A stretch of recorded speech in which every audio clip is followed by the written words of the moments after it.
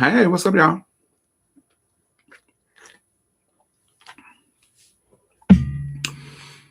My name is Diamond Stylz. I usually go live every Friday at 7,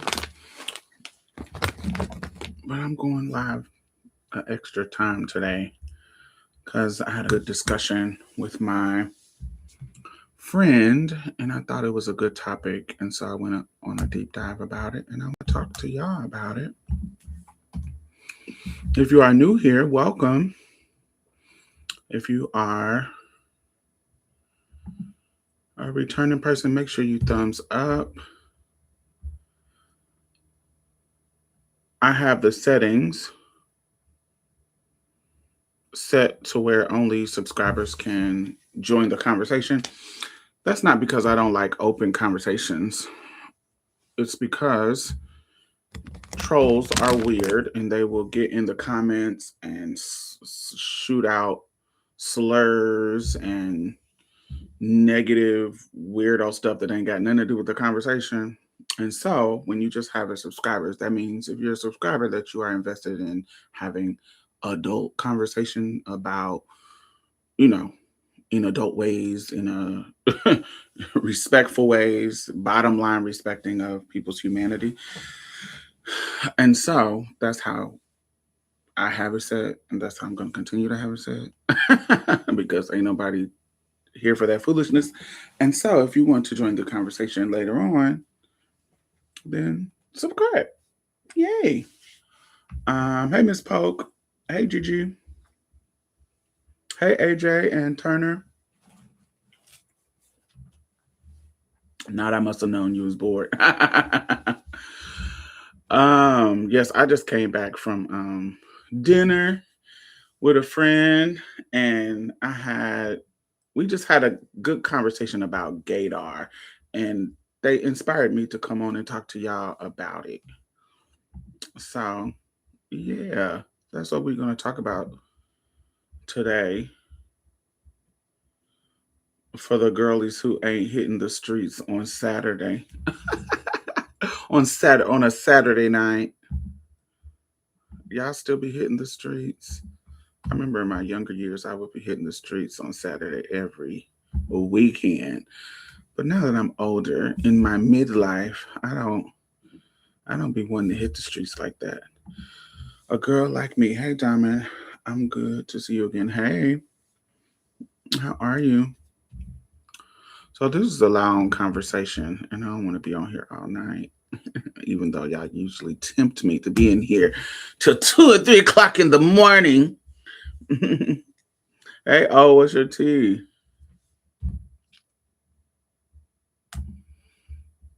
This is not a second part to the young Ma conversation. Young MA, I always call her young Ma because I'm old. Young MA conversation. Um, but me and my friend were talking about the young MA versus the EJ versus the TS Madison kind of conversation in the straight, them having straight people and the straight labels and da da da da. This birthed out of that conversation because there's a connection. And we were talking about Gaydar, and I was like, I feel like the Gaydar kind of can. I think it sets the kiddies up, not just the cis het folks, but also the gay folks. I feel like it sets the kiddies up for a lot of problematic shit because it's rooted in a lot of stereotypes. So I wanted to kind of talk about it and explore some of the things that me and my friend talked about over dinner tonight. And so, yeah, that's where we are. And so to start the conversation off, I want to ask, have y'all ever, I know y'all have, but this is really a really common question. Have y'all ever heard somebody say something along the lines of, um, oh, I knew he was gay the moment I saw him? Or I can tell he was gay by blank. I knew he was because like we have, or all of us have heard somebody say that along the lines. Or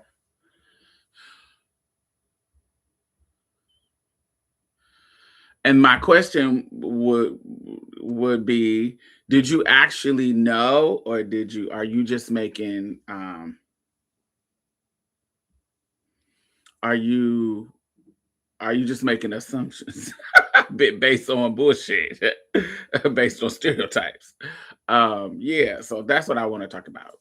Just the concept of Gaydar and why so many people believe in it, and whether and this is, remember, I'm always on some self-reflecting shit. And so this isn't something that I am exempt to. I'm not coming as this moral compass, ethical, teach you how to be queer, teach you how to be a better person, motherfucker. We all working through this shit together, because I be having a gaydar too, and it's rooted in problematic shit. And so we are discussing it together. I'm just, old enough to know that some of the shit that I used to think when I was younger was fucking bullshit. And sometimes I feel like we gotta talk through it. You feel what I'm saying? And that's just what it is. Sometimes we gotta talk through it, and not on no, I'm teaching you how to be, not always on some um professor didactic lesson type of shit. It's we're talking and having a discussion because we all working through it. Does that make sense? Y'all get the difference between that? Because I feel like sometimes I be listening to folks, and they almost be putting themselves on a pedestal like a guru or something, and you like, bitch, what? And I don't ever want to be that vibe. I want to be, we working through this shit and we talking through it, and we're using our big girl or big boy or big non-binary brain, however you want to work through that.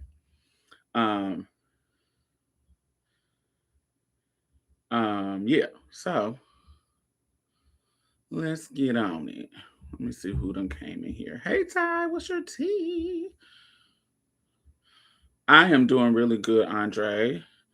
The live is still up from yesterday. We discussed so many things.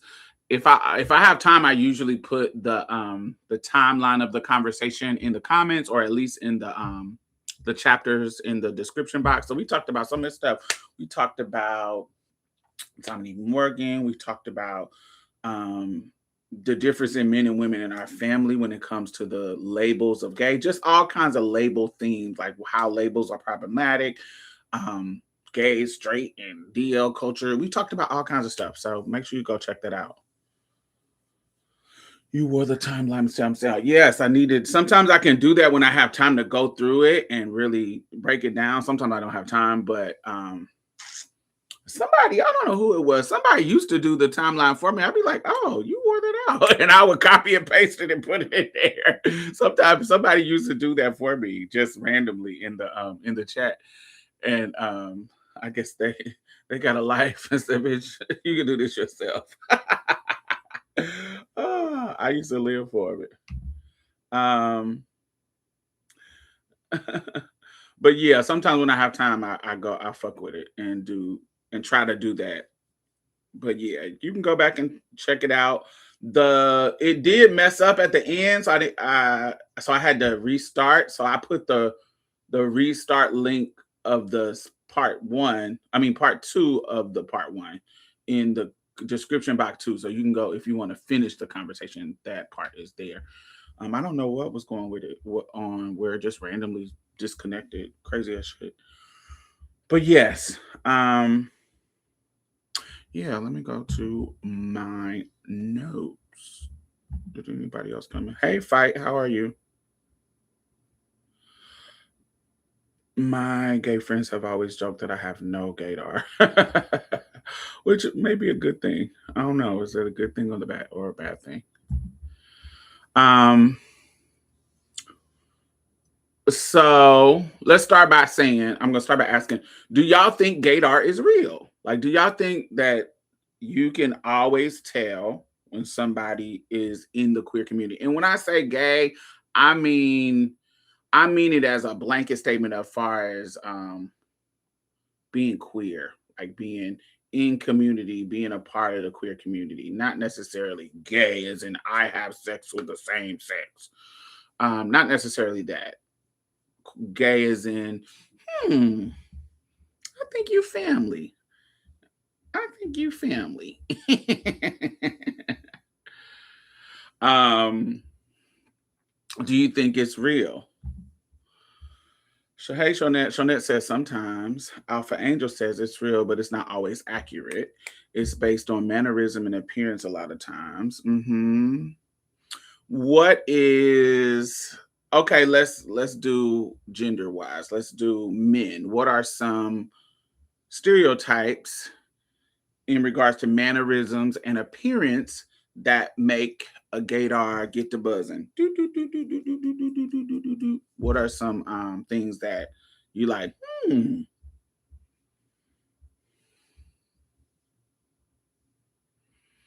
I usually have a strong inkling, and I'm usually right. I think I'm usually right too, usually, but not always. And I'm going to show some examples, talk about some examples. Um, I'm usually right. I think when you're in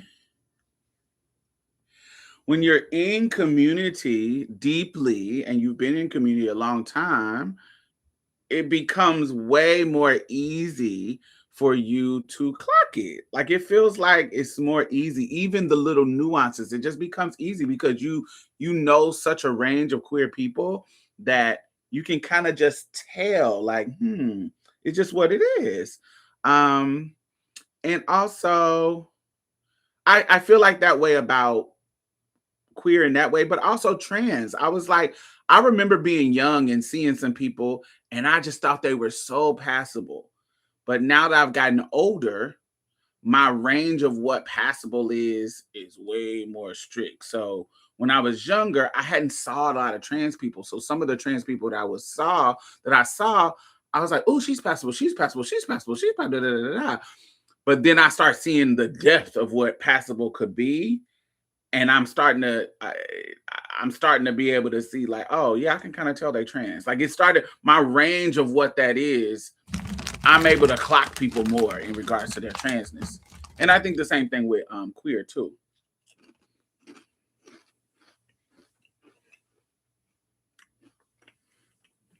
I think tranny dar is a thing too. I think that goes along with it.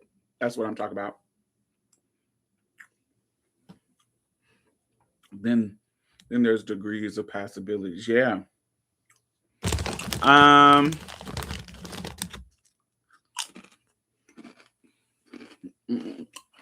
Also, you got the gaydar, you got the tranny you got the tradar, finding out somebody clocking to somebody's trade.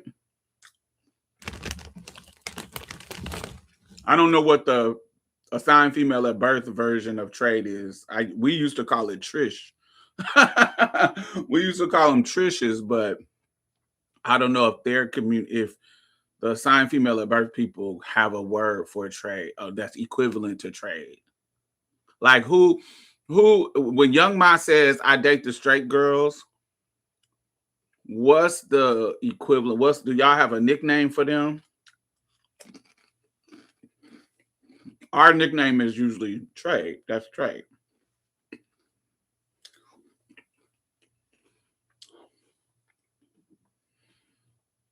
Some people may argue that most macho men is the gayest one. I still say Trish. Yeah, I be saying Trish sometimes when I'm talking about them.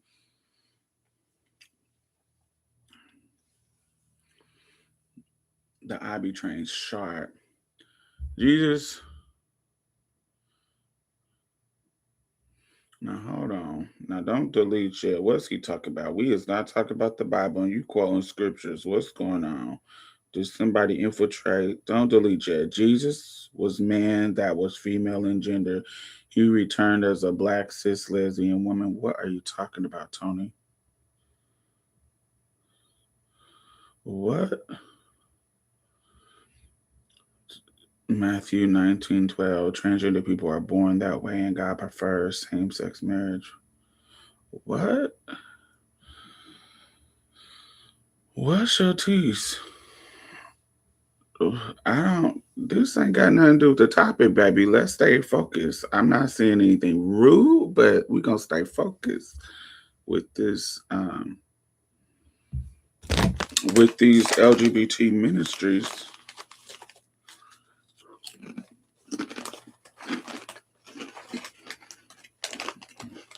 Anyway, what that Nicki Minaj mean? Anyway, girl, yeah, we gotta stay focused, baby.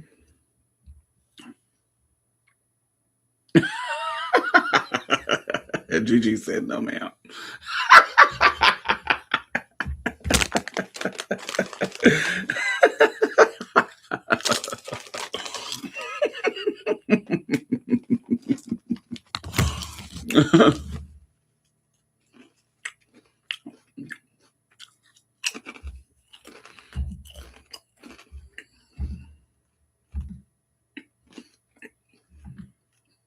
Okay. Anyway, child.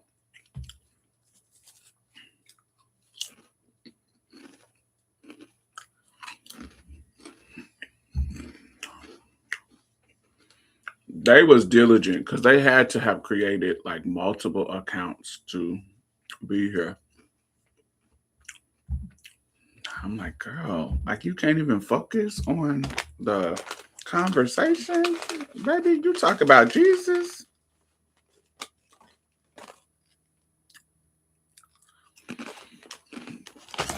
Who do you think would be a Trish female trade? I think whatever. I think whatever the version that young Ma was talking about, she dated. Young Ma. Okay, I'm glad you brought up Missy. So there's a couple of people. I know that. Ooh, Alicia, yes. There's a couple of people.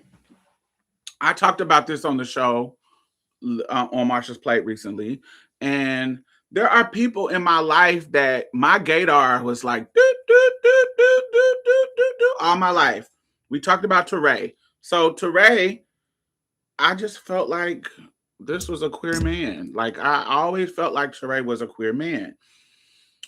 He was one of the people that I talked about that was soft in a way that felt feminine and it felt gay. Now, when I was younger, now I've gotten older. Um, I understand that some people can just be soft and feminine and still be straight. And so I know that can be problematic. Other people who I deem like, I'm getting my gaydar is going off. People don't talk about him because he's not popular anymore. People know him, but he's not popular anymore. But I recently saw him at the Janet Jackson 60th anniversary because he's a week younger than Janet, and he was at her party, and they've been friends for years. But Johnny Gill has always made my gaydar flash, still does. I saw him on he always gives me queer. Like he gives me queer. He gives me queen. He gives me him and Luther used to kiki like sisters. He gives me, and while I know, he was with the Ladisal girl, he he has these stories about women, but that's really normal for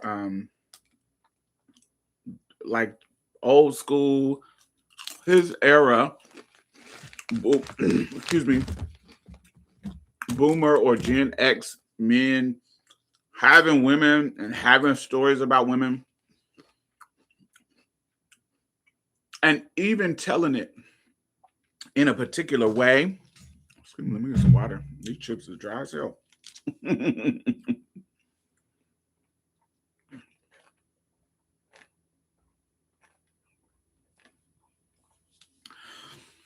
Even telling it in a way that feels performative. I remember Johnny Gill was on the R&B Money podcast, and I was just watching it and I was like, this is a queen. Like this, I felt like he's telling these stories to impress these men But I'm not convinced. Like, I'm just not convinced. And it's not my place to get label you. Is if you say you straight, okay. But that don't mean I'm gonna believe you. That don't mean that in I'm gonna respect you, but that don't mean that I'm gonna believe it. Um, yeah. I don't think Tank is queer. I don't. I don't think Tank is queer. I think Tank there's something about Tank that I think is too dumb to be queer.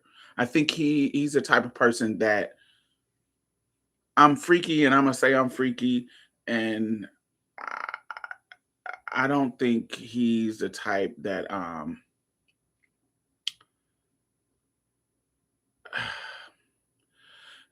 feel like it's hard to explain. Like I feel like I don't find him to be dumb. I was just listening to Johnny Gill. Yes, I just feel like he's queer. Teray, let me see who was on my list. I think somebody said Missy. Of course, Alicia Keys, Missy all gets lesbian teas. Um, Tupac, Tupac, when he was in his teens and doing interviews, that interview, my gaydar was going off. Tupac was very, oh, I'm queer. Queer was giving me Tupac was giving me queer when he was young, when he started to get older and give the thug life kind of persona, then that was different. I think that was a performance. But when you saw video footage of him young, it was given my gaydar was like do do do do do do do. Paul Mooney or Uncle Phil ever confirmed. Paul Mooney for sure. Paul Mooney for sure definitely gave too open minded not to be queer. um, um, and so, what are these things? Some people say this, but I don't necessarily agree, but I can feel it a little bit. Jamie Foxx, there was something about Jamie Foxx when he was younger. I don't get it at all from Cat Williams. Cat Williams, for me, his performance is just very much like my uncle's. I don't ever get a queer vibe from Cat Williams. Ever. Not me. Definitely Eddie Murphy. But Eddie Murphy for a different reason. I've said this multiple times, and I will repeat it forever and ever and ever. Um,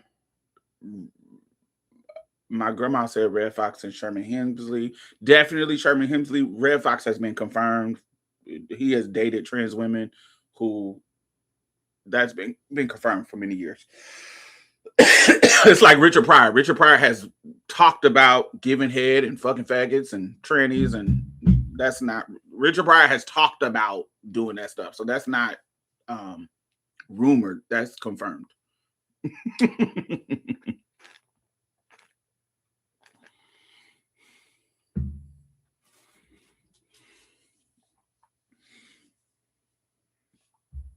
I don't know anything about Sherman. We're talking about the gaydar, like people who make your gaydar go off. They're not necessarily confirmed or not confirmed. We just talk about people who may make your gaydar go off.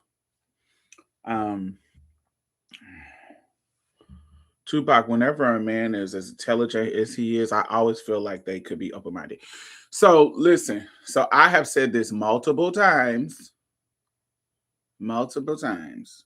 It is three types of dudes, and I will repeat it. It is three types of dudes that, for me, always are queer, always in my life. If they and these two are based, the first two I'm gonna say is based on fetish. If it's a now I predominantly date black dudes, so I don't know if this applied to not predominantly. I only date black men, so I barely even date light skinned niggas. So I may be a little biased in regards to I don't have a big pool of men who I get with. So um I don't know what's going on with the white boys. I don't know what's going on with the Asians, but with niggas that I fuck with, that I done met with, that I met, that I, in my long list of my body count being high, if they have a fetish for white girls, and we're not just talking about, oh, I date everybody, and they have a range of people that they date, Latinas, blacks, whites, da da da da. We're not talking about them. I'm talking about the ones who fetishize white girls. If they do that, they always mess around with the girls or the boys, the trans girls or the boys. Every single time. I've never met one in my particular life that wasn't either DL or messing around.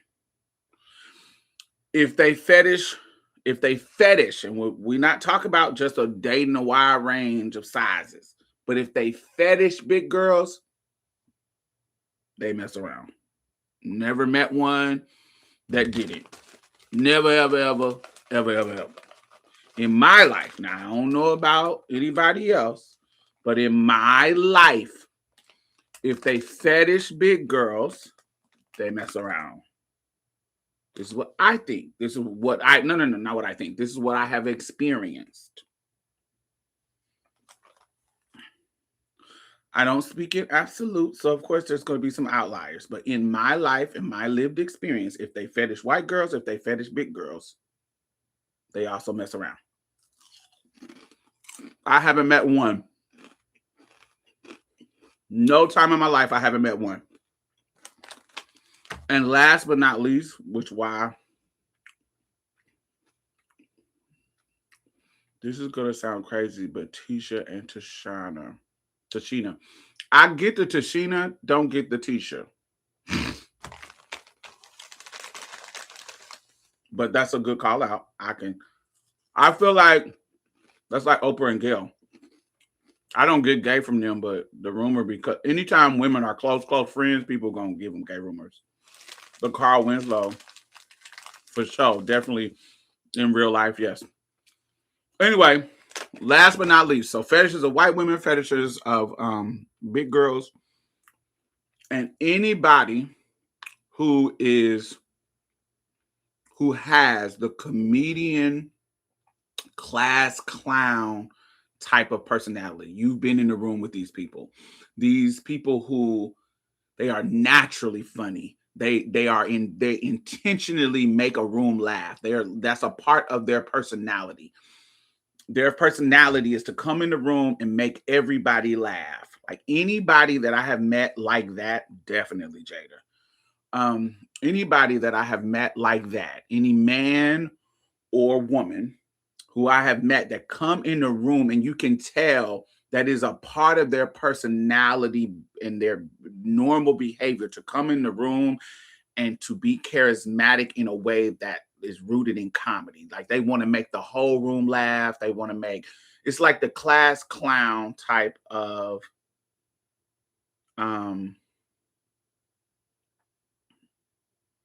it's like the class clown.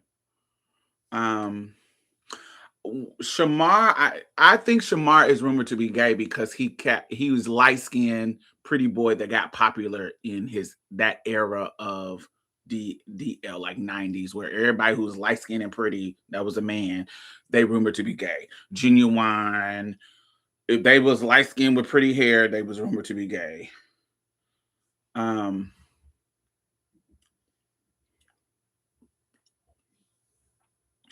When I listen to Shamar, I don't get gay from Shamar at all. Some of these people y'all are naming, I don't get gay. I do get they could be trade. I don't get they could be gay, but I do get they could be trade.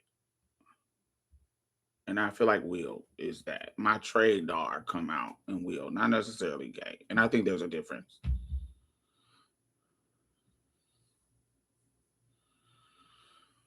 I think there's a difference.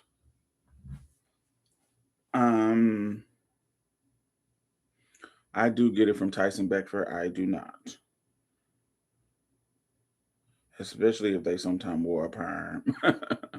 DJ Quick.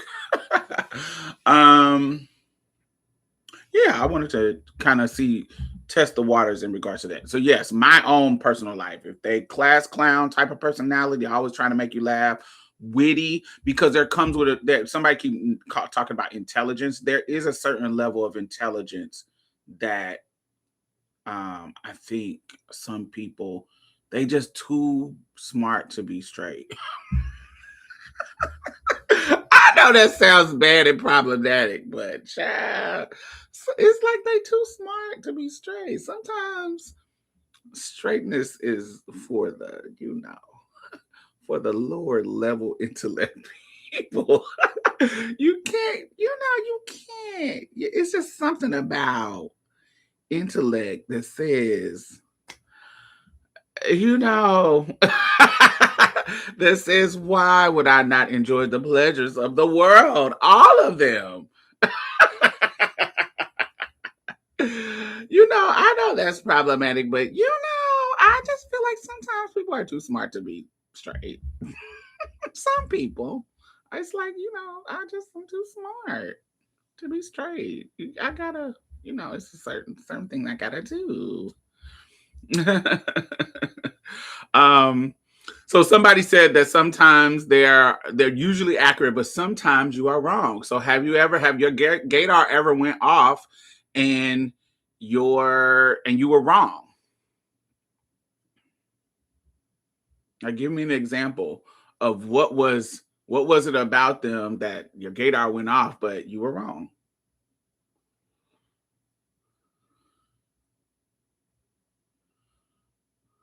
And what do you think? Like, what was it that you were actually picking up on when you say that your gaydar is going off? What is it? What are the things? We named some of them earlier, but what else?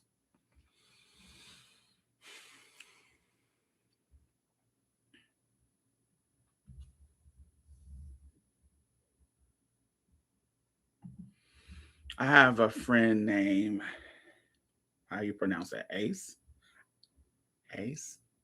Cis hetero woman, and she literally says she wishes she liked women because men are the worst. To rate for sure. um, there's an older man in my neighborhood where it's not confirmed, but I think he's taking it to the grave. Mm,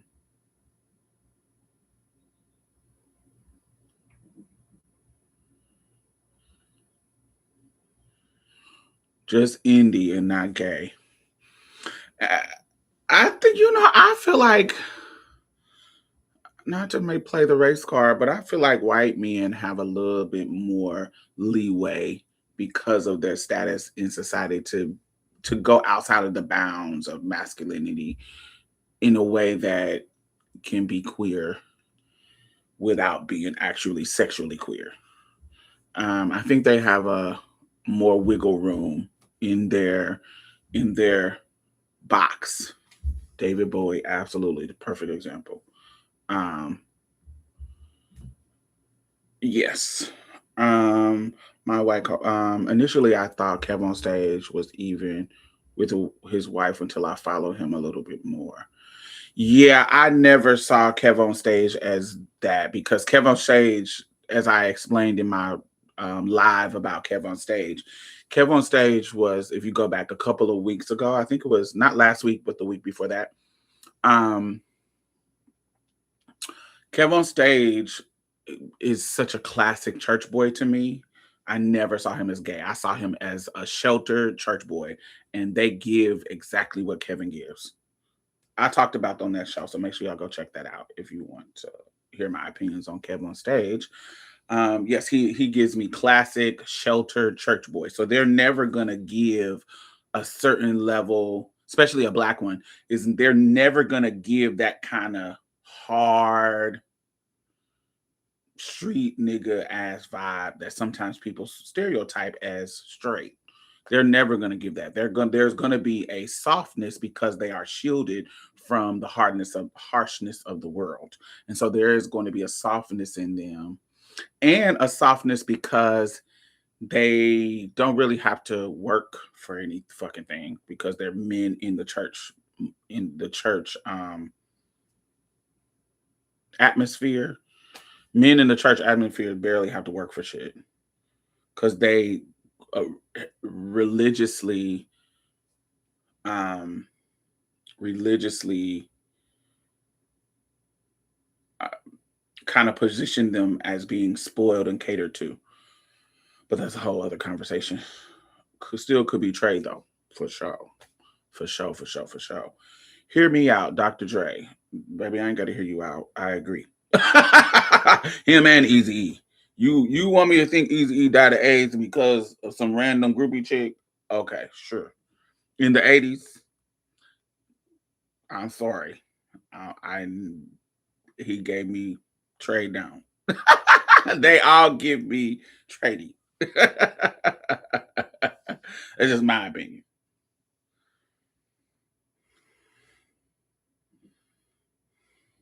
I don't believe that.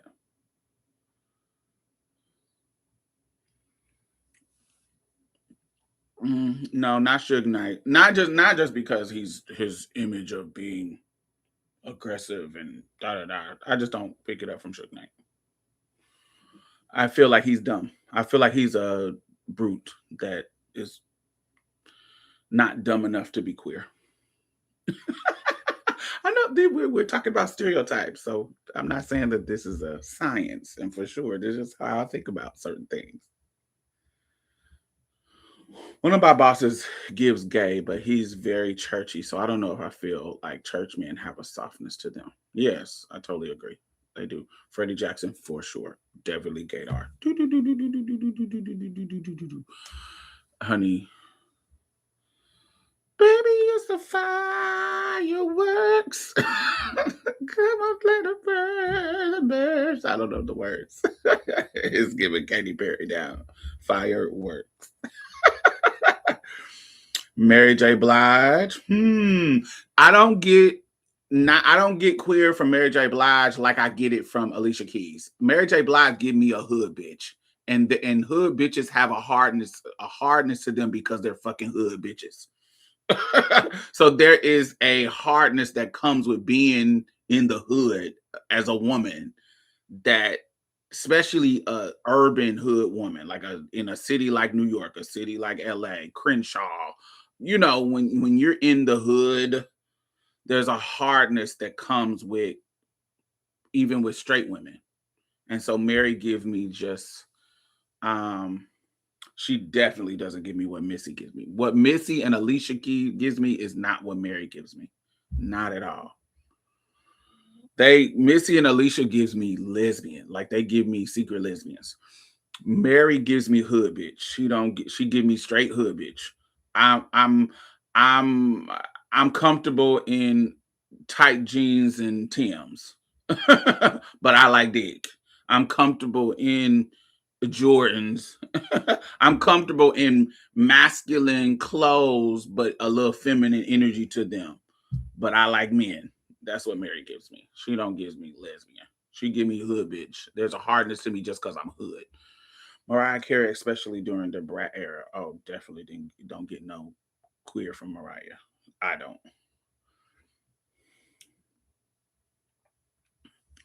Let me think of who else. Yes. Anyway, I just wanted to see y'all thoughts on that part. So let's go. I, why I wanted to kind of open the conversation with thoughts and how, in regards to that, I want to talk about the stereotype trap. That's what I'm going to call this part, the stereotype trap. Most people claim, um, most people claim that gaydar is like intuition. But when we ask them how they knew, the answer usually involves a voice. It usually involves certain fashion pieces, the way they dressed. I recently saw a video where you know how they do the street interviews where they show you a picture of a person and ask you a question about them. The dude asked nothing but straight boys. It's nothing but boys, and they asked, "Hey, do you think this person is gay? Tell me why." And so the person would say, "Yes, I think they're gay because of blah." And then they would take the person picture who just said that and show somebody else. Do you think this person is gay? And that person would say yes because of blah blah blah. And he did this with nothing but straight boys, where each straight boy said that they think the person in the picture was gay for some arbitrary reason, and each one of them was assuming each other was gay because of some silly ass reason. And it was usually because of clothes, how they were standing, da da da da. But each and every one of them was straight, claimed to be straight. Of course, body language, what they're interested in. Sometimes interest can be something that people would be like, oh, he gay because he's interested in this. Friends groups, like what type of friends they have. If they have a more expansive type of friend, then they think, oh, gaydar, gaydar, gaydar. And of course, mannerisms. And so, of course, the question is, are we detecting sexuality or we are just detecting stereotypes? White men who switch. I believe Mariah has messed around specifically with the brat.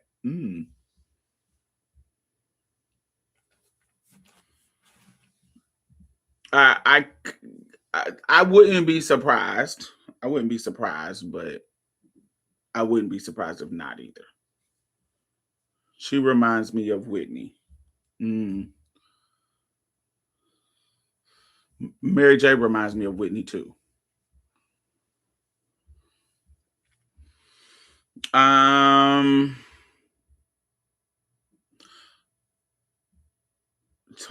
M. Who is Tony M?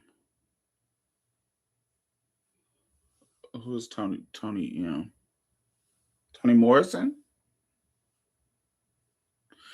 No, I don't get gay from Tony Morrison. Tony Morrison liked the dick. Part of Toni Morrison, the way she described how she deals with men it's kind of on some, pick me a little bit. But she's also intelligent, and I said, you too intelligent to not be queer. So, baby, I didn't get it, but my gaydar didn't go off. So I know too much about Bell Hooks' history, like her behind the scenes messiness, because I'm in community with a lot of queer women and a lot of Black feminist women, and Bell Hooks is a messy pick me in regards to niggas, and so it's not really. I know too much about her to make assumptions about Bell Hooks' sexuality. And I know, and she has talked about being, she has talked about being bi, but I know she for sure she like niggas. It wasn't it wasn't. I feel like Bell Hooks is one of them girls who I'll fuck bitches with a nigga, but my preference is niggas. I got Bi Curious from Toni Morrison. She writes a good lesbian session. Tony Ian Pick Me is funny. Yeah. I remember when she was talking about her, making carrot cake for niggas. Definitely, if Octavia Butler ain't lesbian, child, I'd be like, girl, what? Why you not? It's giving very lesbian for sure. To me, or asexual. I could see that too. I feel like the gaydar depends on stereotypes. And because it depends on stereotypes, that automatically makes it create problems, because it suggests that feminine men are probably gay, or masculine women are probably gay. Masculine men are probably straight, and feminine women are probably straight. Do you see what I'm saying?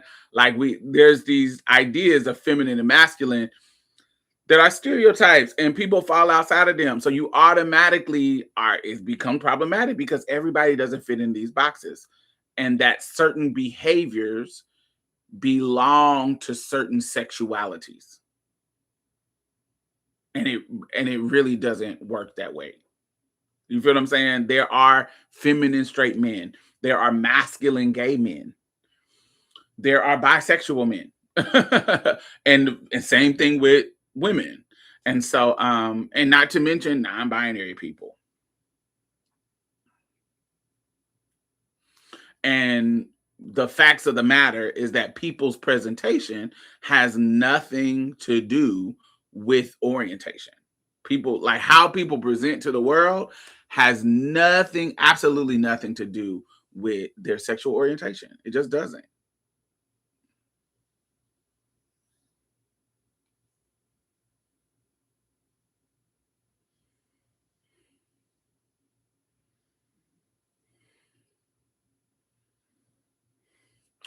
Why do y'all think that people link presentation to sexuality? Even though we know consciously that that's just doesn't work, why is it that people do that? Why do you think people link those things, presentation to sexuality?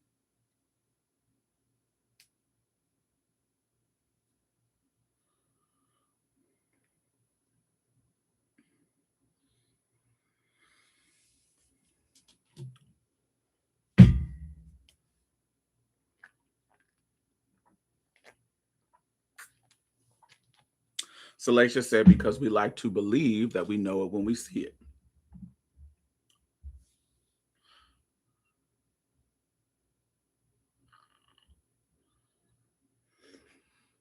Maxwell, Eric Benet. I feel like I talked about them on the show. I feel like they came out in a hyper street hood masculine gangster thug time. And so when you come out barefoot talking about femininity, as Eric Benet did in his first song, I think his first song, and then Maxwell being a whole different neo soul vibe that wasn't rooted in looking like a thug, that was very metrosexual, that had a different kind of look. They're gonna automatically associate them with queerness because anything outside of that box of gangster thug street nigga was gay. That's gay. There's a different type of excuse me. There's a different type of dude.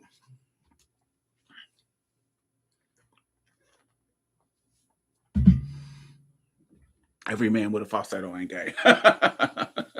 Right. Um, yeah, I agree. Kind of like Kurt Frost was being accused because of his earring and mannerisms, but never saw that with him.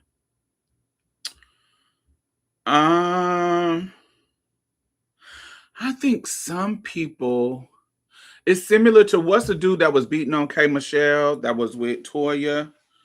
Well, I can't remember his name. The one that was beating on K Michelle. Like when he got mad, like the queen came out of him. Like I think Kurt is like that too. When Kurt when Kurt gets mad, the spicy queen comes out. It's something about when Kurt is turned up that my Gaydar goes off. But definitely whoever the one that was beating on K Michelle. Like it was like he don't act like y'all ain't like I remember that whatever that episode was where he was arguing with Latoya and was it the daughter? I don't know who she was, but they were across the table from each other. And when he started talking, I was like, that's not a gay boy. I was like, it's giving gay boy. It was like, oh, the queer is coming out of him. Viola D, a straight old church lady. Yeah, I don't get gay from Viola at all. I don't. Um, I don't know what show that was, but it was giving gay.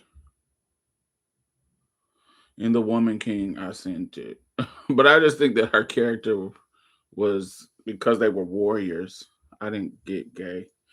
Comedian who dress up as hood women. The comedians who dress up as hood women. I don't know if I think that. I don't think that. I think that. I don't think. I just feel like making fun of black women is a popular trope for comedians. I don't associate that with sexuality. I associate that with racism and sexism, misogynoir. I associate that with making fun, similar to like blackface and Amos and Andy and minstrel shows. I feel like that is a new age version of that. It is fun. It is funny. It's kind of like dressing up as fat people. It's kind of like uh, it's just these problematic societal things that people comedians can do that kind of is acceptable. I think of that's how I feel like about comedians dressing up as women, dressing up as girl clothes and acting like women and using that as a punchline. It feels very weird. I don't see nothing masculine about Viola. That's colorism, no shade. Because nothing, and I mean nothing, gives gay on her. Yeah, I don't get any gay about Viola Davis. She gives me older Southern black woman. To me. Not Southern, rural. There's a difference. Not Southern. She gives a rural black woman. Making fun of black women is the oldest cheap trick for comedians. I don't see nothing masculine. Explain that, Amber. Don't explain it to me because I not to me, but explain it to people who don't understand. How would assuming Viola Davis is gay, how is that colorism? I understand it, but to people who may not get the connection.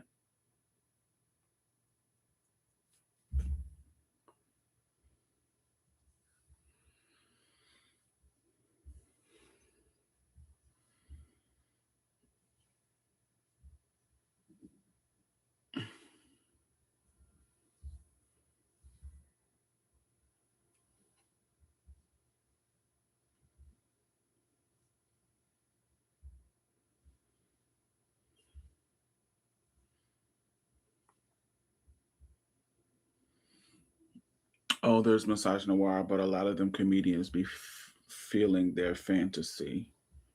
Hmm. Fantasy to be women? Like, what's the fantasy? The fantasy to be women? To be gay? To like men? They're dressing up as women to because they like men. When you say feeling their fantasy, what's the fantasy that they're fulfilling by dressing up as a woman and being a caricature of black women? What's the fantasy in that? Explain that to me.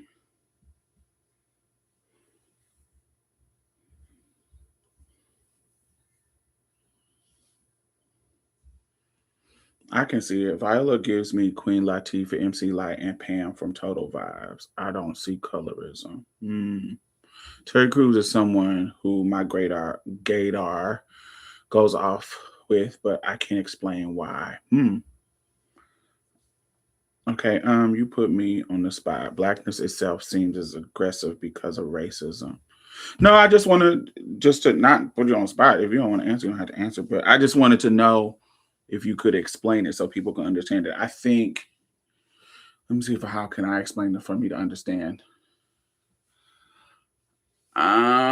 I think because sometimes when women are darker complected, unambiguously black in their appearance, people associate those things with being masculine.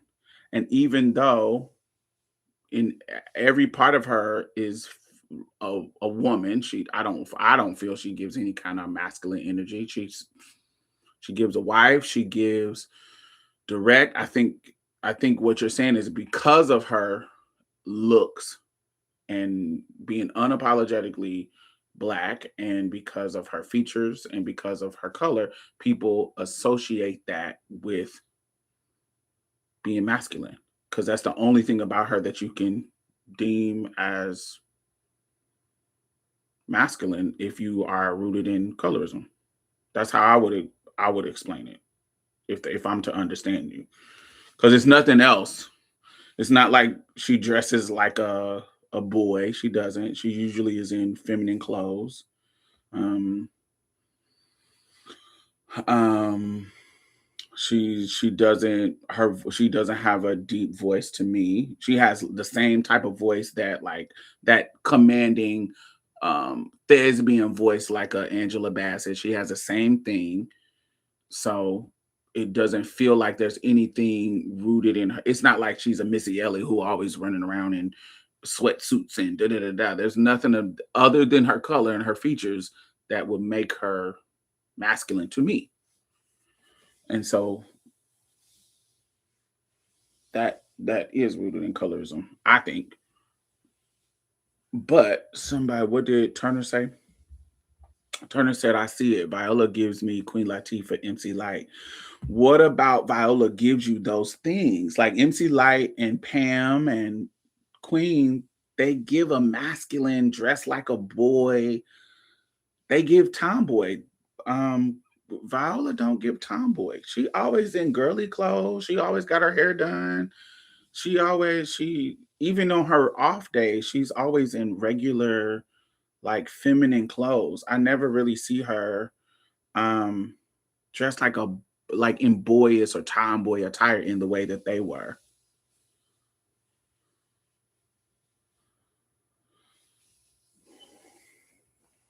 I don't know. I know plenty of dark skinned women with strong feature who don't set off my gaydar. Nuance. There's all nuance. I get you.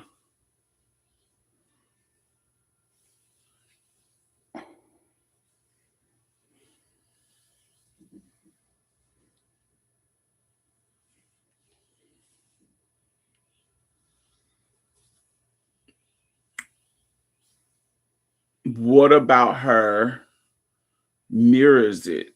What about her mirrors it? Because it can be clothes. What about her mannerisms? Mirrors Queen Latifah, MC Light. Who else did you name?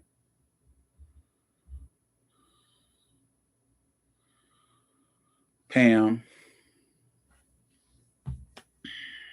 Because I see the thread through all of them. Like Queen, MC Light, Pam. I see the thread. Like I get the same thing, but I can't see the thread. I can't add Viola to that thread. I can't see it. I can see it in those three though. I can see it on the three. And if you add a Missy, yes, but I can't go from those three to Viola. Not for me.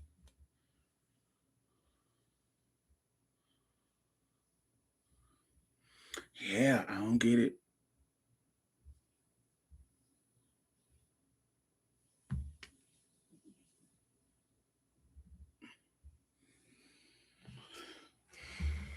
Okay.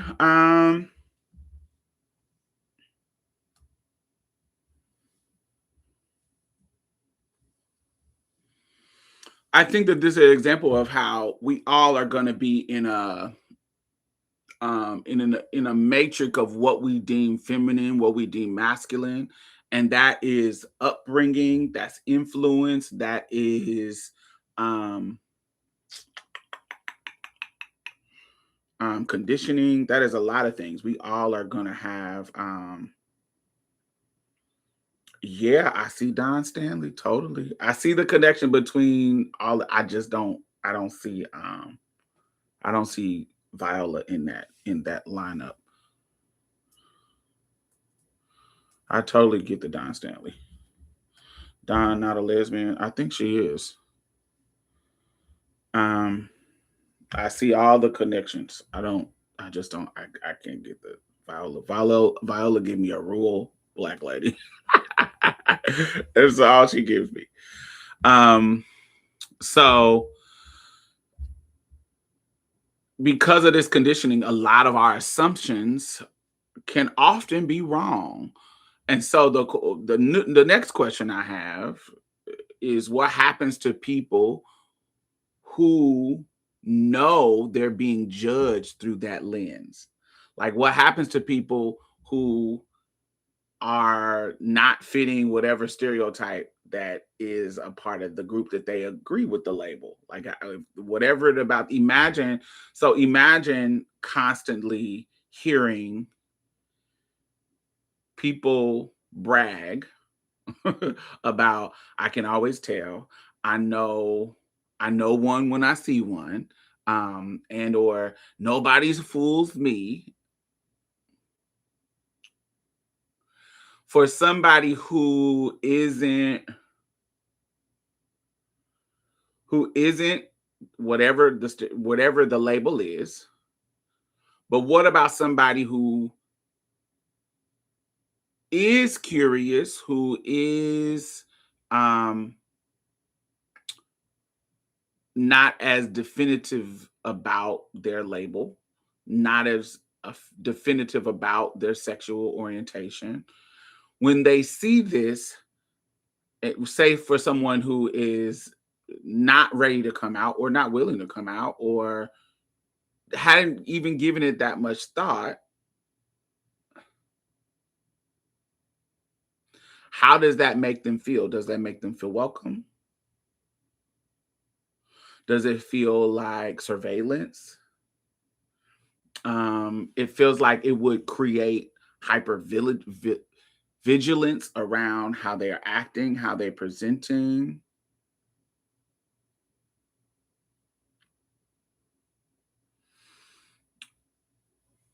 Is That's a good question, Amber. Is just questioning, does just the act of questioning make you queer, or is it the actual act? Like, if you think about it but don't act on it, does that make you queer? Like, I've met dudes who they could be initially attracted to me because I fit their type when it comes to me as a trans woman. I fit their type as a woman in general, and they're attracted to me, but they don't act on the attraction because of whatever. They don't feel like that aligns with their label. I'm straight, so I don't mess with trans women. There's some men that think like that. But initially, they were attracted to me. And so their thought process was, "Ooh, I can pursue this woman." And then um when they find out I'm trans, then they stop because they align transness with maleness, with manness, not maleness. Or from their perspective, maybe both, not mine. Um, so is them thinking about fucking me? The questioning of that and deciding not to, but they questioned it. Does that make them queer?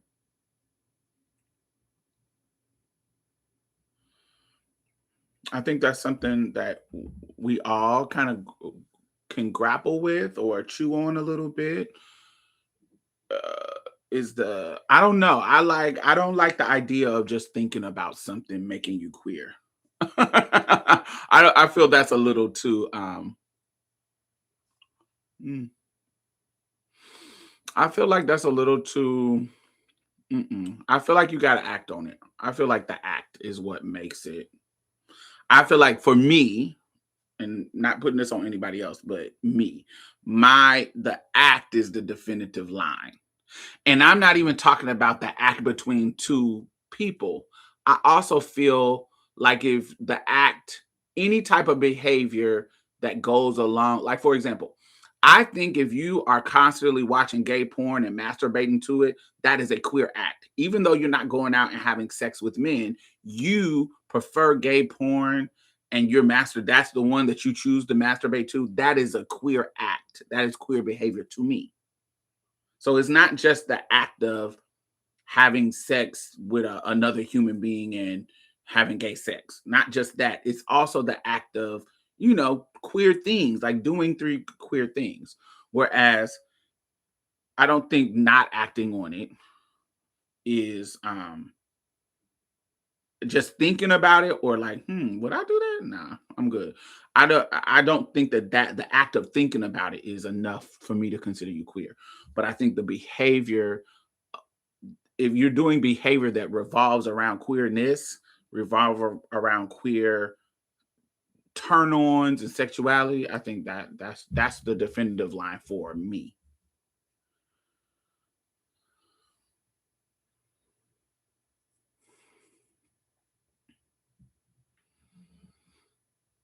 Okay, so I came out later in life. I was 28. I always had romantic feelings towards women, but I didn't understand them. I w- so was I gay before my first girlfriend? I don't think so. If you hadn't acted on it, like, and not just acted with a person, but like, were you masturbating to gay porn? Were you, like, what was your sexual engagement with that?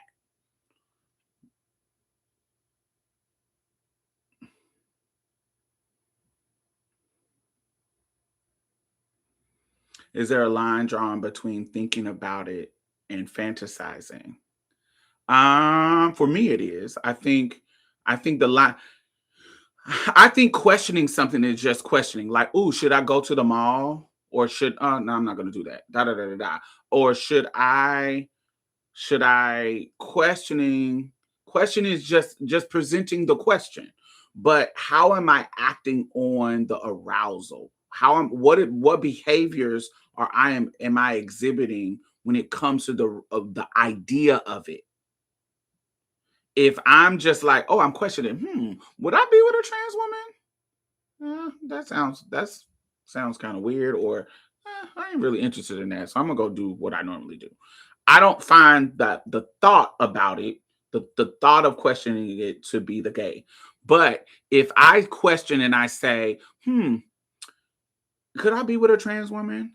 And I go and look up porn and jack off to the porn, and I go to the gay club to see trans women, and go to this part of the town to drive through.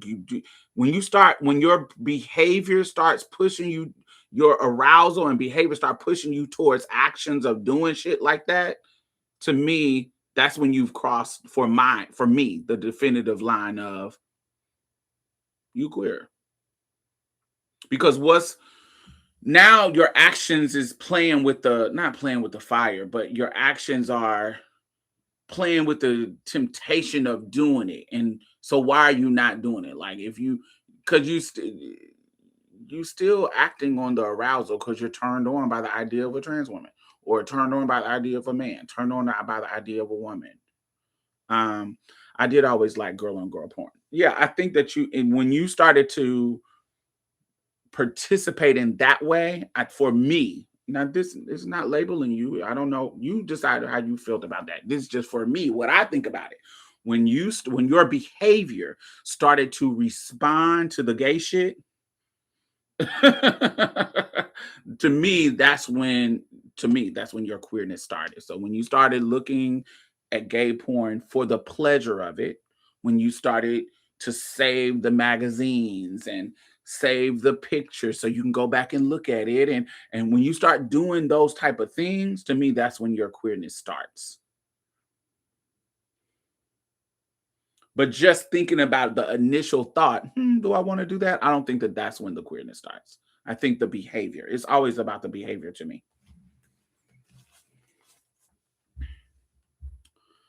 Um,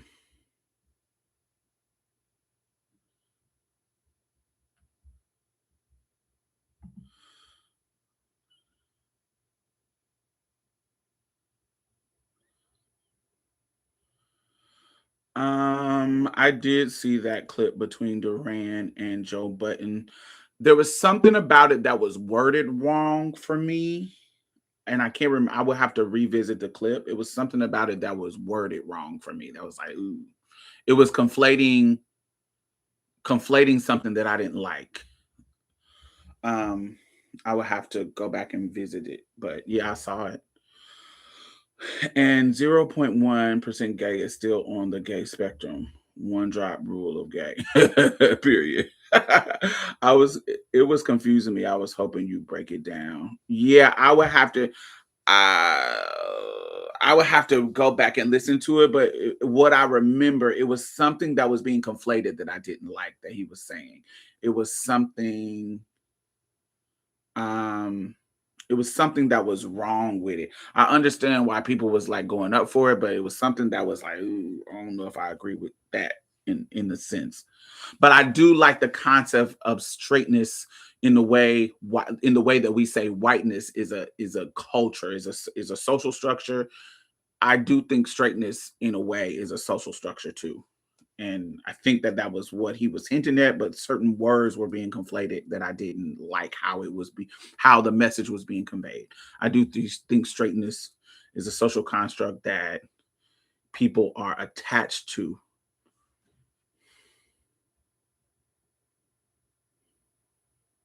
It was a little too much of blanket statements. Yeah, I would need to go back and listen, but I don't be watching Joe Budden podcasts like that. Sometimes it be too oh my god. It makes my booty hole itch and I can't. I have to click it off.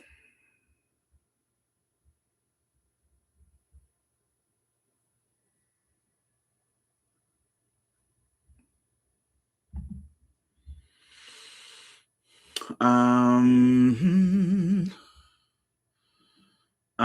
let me see. So I'm talking about people who can be in a situation with where they're still they're exploring or they haven't accepted it or they haven't acted on it. They haven't done anything. But they're not close to it. It's just they're kind of like in that limbo. I feel like the gaydar stuff can make them feel unsafe. And instead of focus on self-acceptance, they begin to focus on concealment. So now somebody is clocking how my voice sounds, somebody is clocking how I dress, somebody is clocking or and not clocking like I am that thing, but clocking like, oh, these things are associated with gay, the stereotype of gay. So now, oh, how I walk, how I'm dressing, how is my voice giving it away? Am I talking too much with my hands?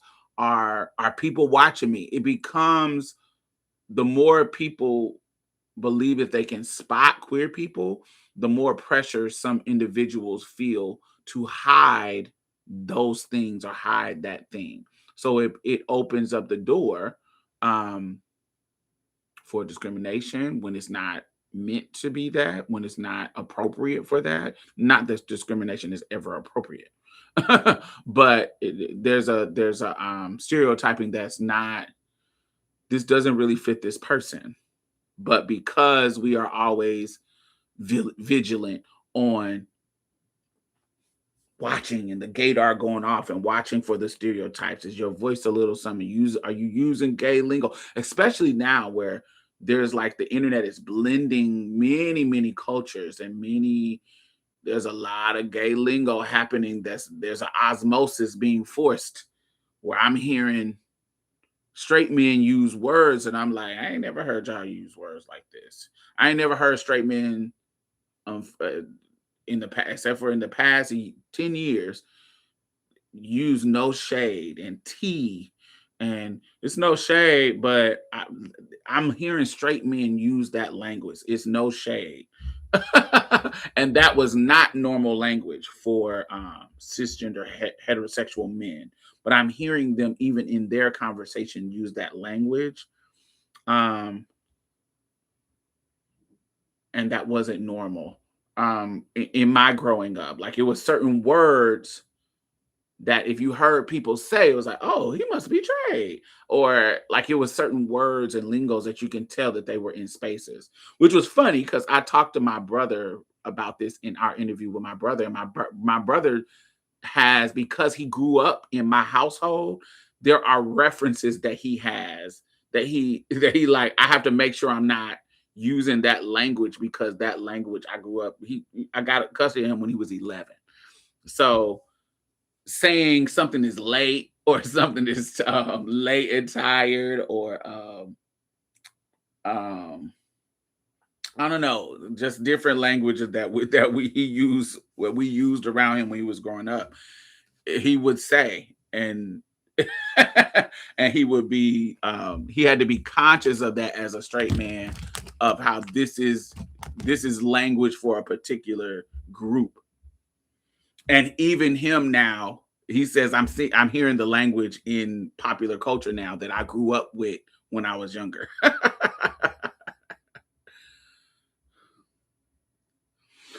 The pressure That pressure is why people feel like it's a choice, the pressure to conform. I do feel like I've always said this. I feel like the attraction is not a choice, but to act on the attraction is a choice. You can choose to not act on it. I don't think the attraction is the choice. I think there are many times I run into people, I don't know why I'm attracted to them, but I am. But am eh, I acting on the attraction? Am I gonna go try to holler at them? Am I If they try to holler at me, am I gonna go forward with it? I think that to act on the behavior is the choice. I think that to act on the attraction is a choice. I don't think the actual attraction is. I don't think there's something that I'm attracted to.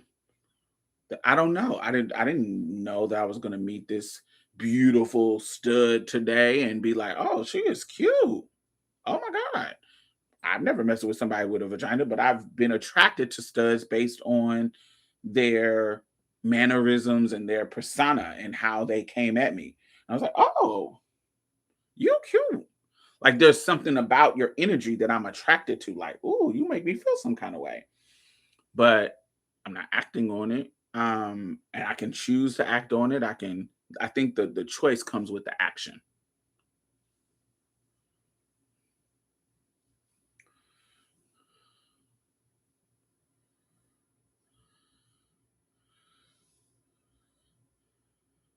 Hmm. Yeah, I feel like it's the behavior. I feel like you can't control. I don't feel like not being able to control the action to me makes automatically brand you as gay or brand you as queer. I think that there are some people that can look at me or look at you or look at somebody and be like, "Oh, you're attractive, you're pretty, you're handsome, you are whatever that is. I see it and I'm attracted to it, but I know whatever you are, I don't want that. So I'm not going to act on it." I think that that choice to not do that is what to not act on the behavior. I feel weird about branding people as gay just because they're attracted to something. Just because something that sparks like the because I don't feel like you can control that, and I feel like it can be random. I feel like it can be I don't think that I don't think that the attraction is enough for me to give you the label. I think that that gets weird for me, where I don't want to give somebody a label. I think that you can be attracted to so many things.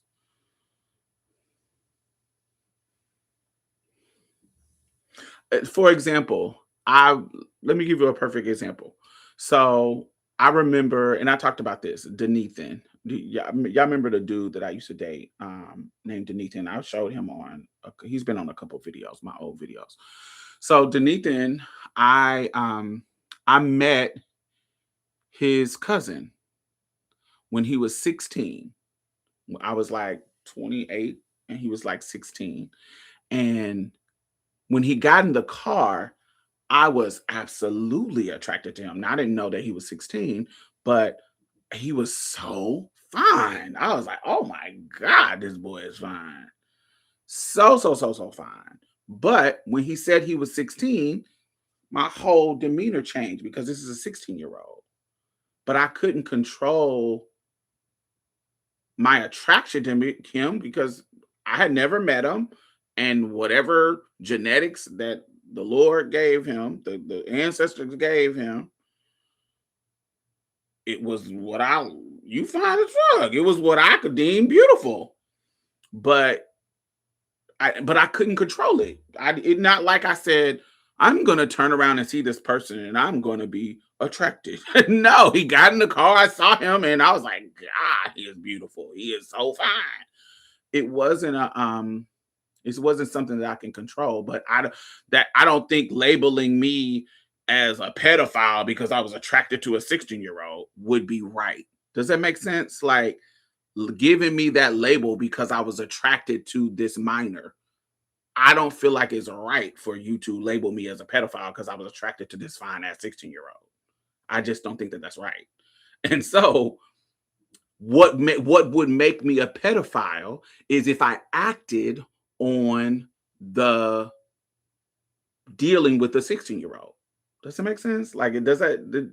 I feel the action is what makes you the pedophile, and I feel like the label shouldn't fit just because I was attracted to this 16-year-old. Is that a better is that an analogy that makes sense? No, I don't feel like we're arguing. I feel like we're just talking. I don't feel any argument. I feel like we're having a discussion.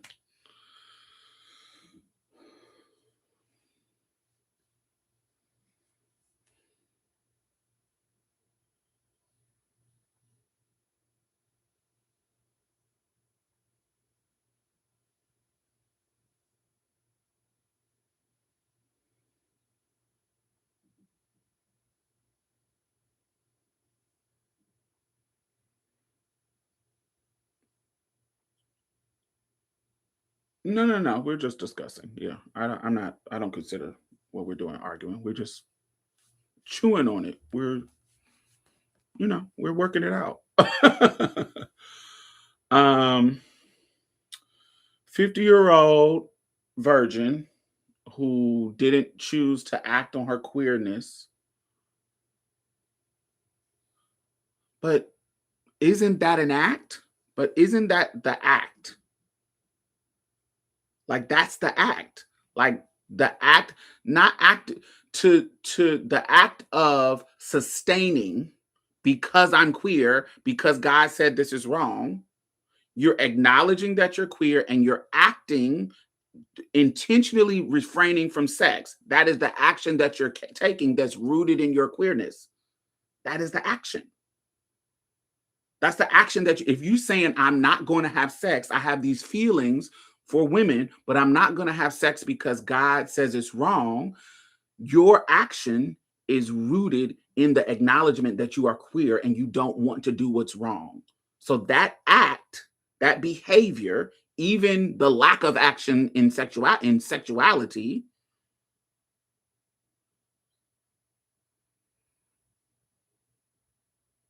I think it's perfect, New York. I think it's perfect because we're talking about the label of a pedophile. Me being attracted to a 16-year-old does not, I don't think that you labeling me a pedophile for that attraction is right. I think if I act on being a pedophile, act on messing around with that 16-year-old, then you can label me that. If I go to his page and jack off to his pictures because he's such a fine ass 16-year-old and I know he's 16, but I'm gonna go to his page and you're a fucking pedophile. You're weird. I think that action and that weirdness in how you're doing should label you a pedophile. But just because I found this 16-year-old attractive, I don't think that could give the label. I don't think that deserves a label. That's what I think this is a perfect example in explaining why the label doesn't, just blanketing the label just because of the attraction doesn't work for me.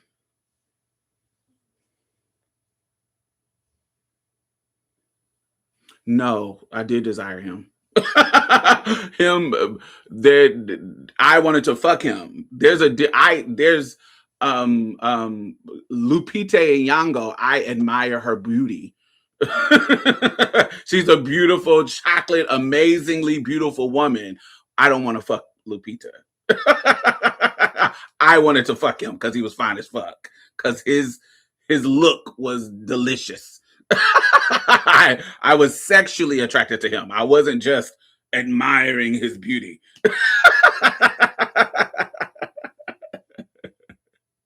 It wasn't. I think there's a difference between admire. There's many people that I admire their beauty, but I don't want to fuck them.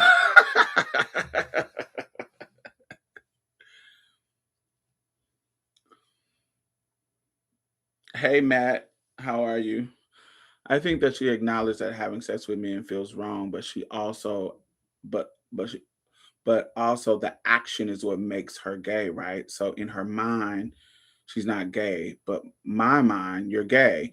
My mind, she's gay too, and the action for me is the lack of action. Like if you are, the action is sustaining from homosexuality because it's wrong. That action of sustaining, because it's rooted in your queer attraction, you are sustaining because you're gay and don't want to be against God. So that is an action within itself. Do you see what I'm saying? Not a sexual action, but an action that's rooted in your queerness. Do you get what I'm saying? Like it's not the whole behavior is rooted in the fact that she's queer.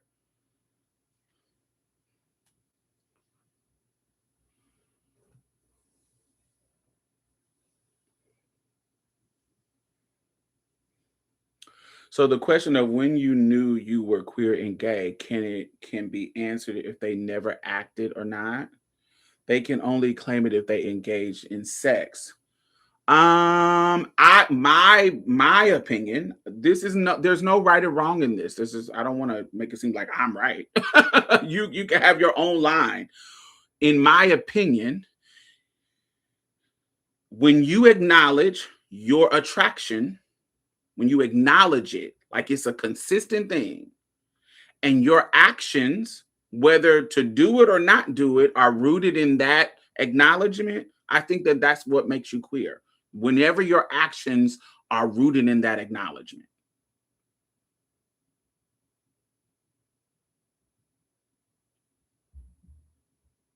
Right. Heterosexuals don't need to sustain from gay sex. It's just not in them. Right. If I have to sustain, if I gotta fight the temptation, that's you have to fight the temptation because it's rooted in your queerness. I have to fight against this because I'm queer. If I wasn't, then I wouldn't have to sustain from anything because it's not there. I'm not attracted to nothing. There's no temptation. And I think if a person is acknowledging when did they know they're gay, even before they have sex, it's kind of like me being trans. Before I took my first pill, before I dressed up as a girl, the reason why I put the clothes on is because this is how the reason why I took the pill, why I did the clothes, why I did all the things is because I already acknowledged my trances. I already acknowledged that I was there was an incongruency in my what I was assigned at birth and how I wanted to present in the world. Before I took the first pill, before I took the da da da da, it's my personal acknowledgement, and then I have to act on it. Or I can choose not to act on it, but choosing not to act is still an action.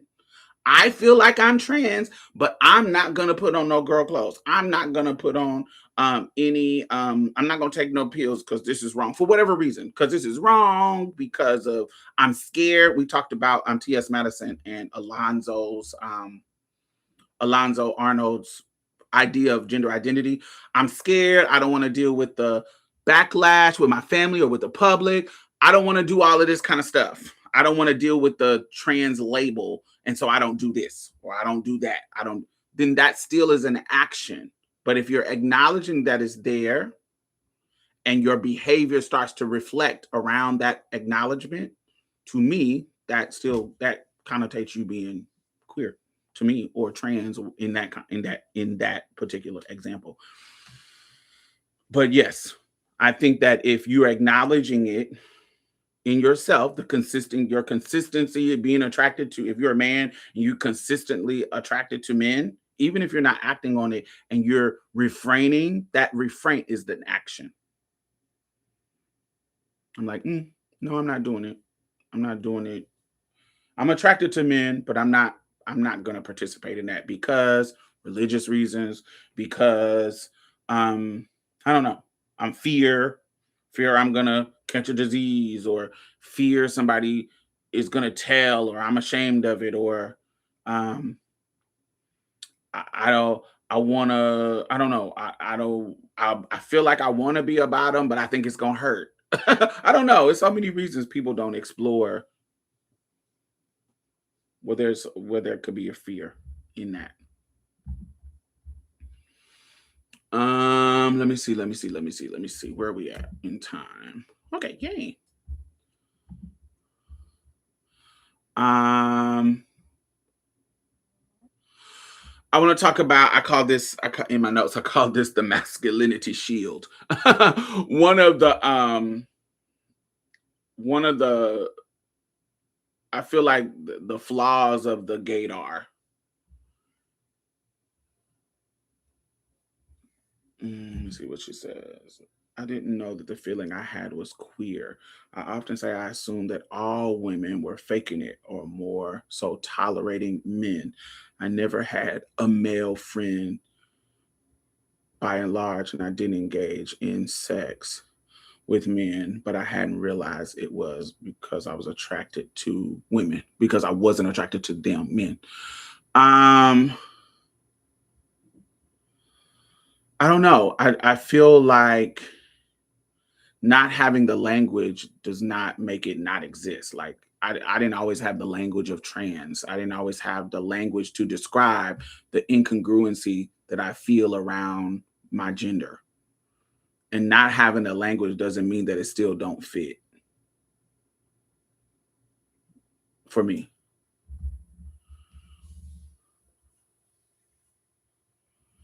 But I wasn't trying to get no pussy.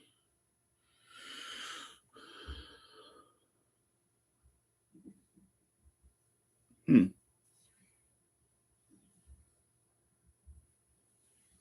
Yeah, I don't know. I feel like if you're acknowledging that the attraction is there and it's consistent, I think it's safe to say that you're queer, whether you're acting on it or not. But the lack of action to me is the action. It feels like the lack of action is the action. Like, why weren't you acting on your attraction? What was the block? I feel like the queerness was there, but you still was in limbo. But what was stopping you? Like, was it fear? Was it lack of opportunity? What was stopping you from doing it?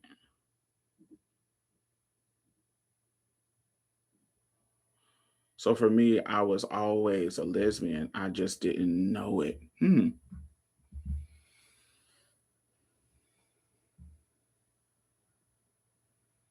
Were you acknowledging the attraction and just not acting on it?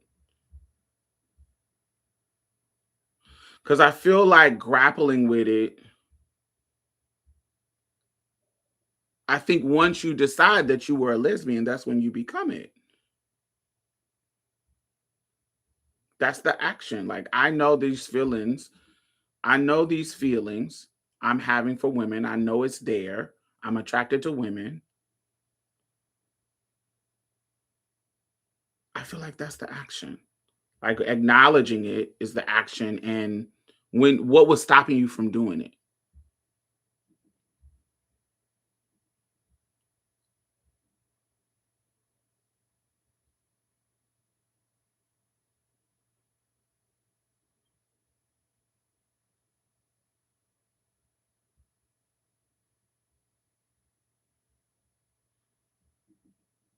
But what about the girl? But you had found the girl. So what was stopping you from finding the girl? Like, what was that? What was stopping it? What was stopping you from acting on the attraction?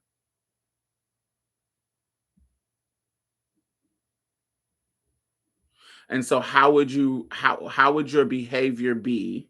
What actions would you do once you was attracted to a girl? What was your behavior with that girl? Was it staying away from them? Were you nervous around them? Didn't want to say something that seemed super gay?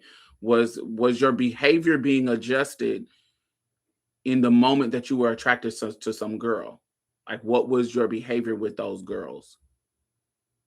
Were you being like your 50-year-old auntie and avoiding it, not for religious reasons, but for fear? Like, how was your actions around these women that you were attracted to? Or was you flirting with them? Or was you like, what was your response to these women that you were attracted to in those moments? What was the behavior? Was you nervous? Was you avoiding them? That's what I'm asking. I was playing house in kindergarten. I was Papa. Definitely, that's actions. Definitely always a little gay. Playing Papa is actions, baby. I remember humping at 5. Um, but let's go a little bit older. Like when you were before you and we talked about that area before you did the act, because that I think that's where we're debating at.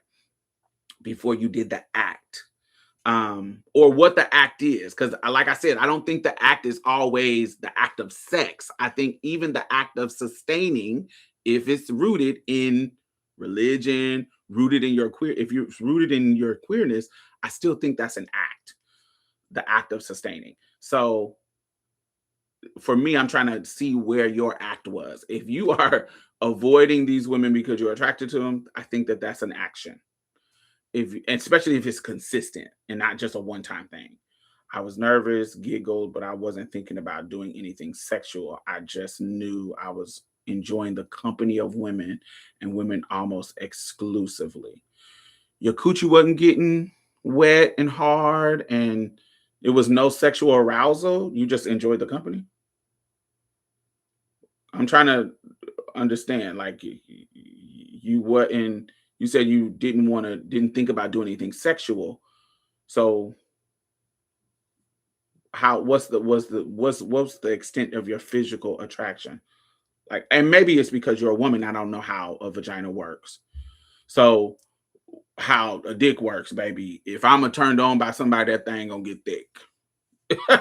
I may not get a chance to do it, but that thing gonna get thick. That the it's gonna be like,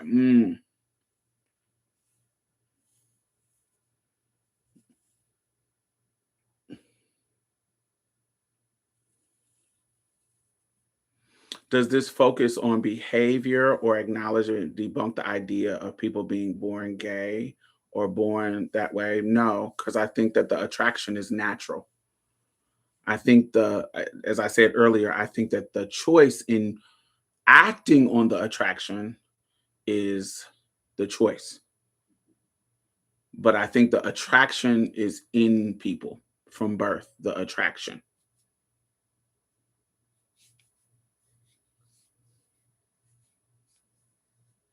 Some people, but I've talked about this before too. I think that there are some people. This is a whole nature versus nurture conversation that is going to be forever debated. But I do think that there are some people who the environment can lead them to queerness, the environment and things happening to them. And I think I've talked about this before, circumstantial gays and natural gays. I've talked about it before. I think that there are some people who are circumstantially gay. And I think that there's some people who are naturally gay.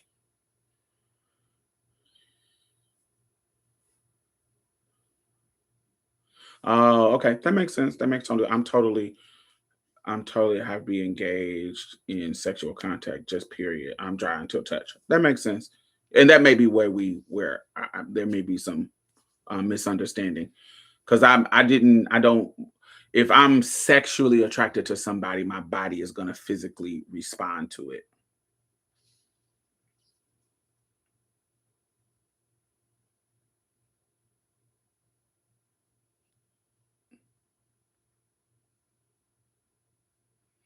What's circumstantial gay?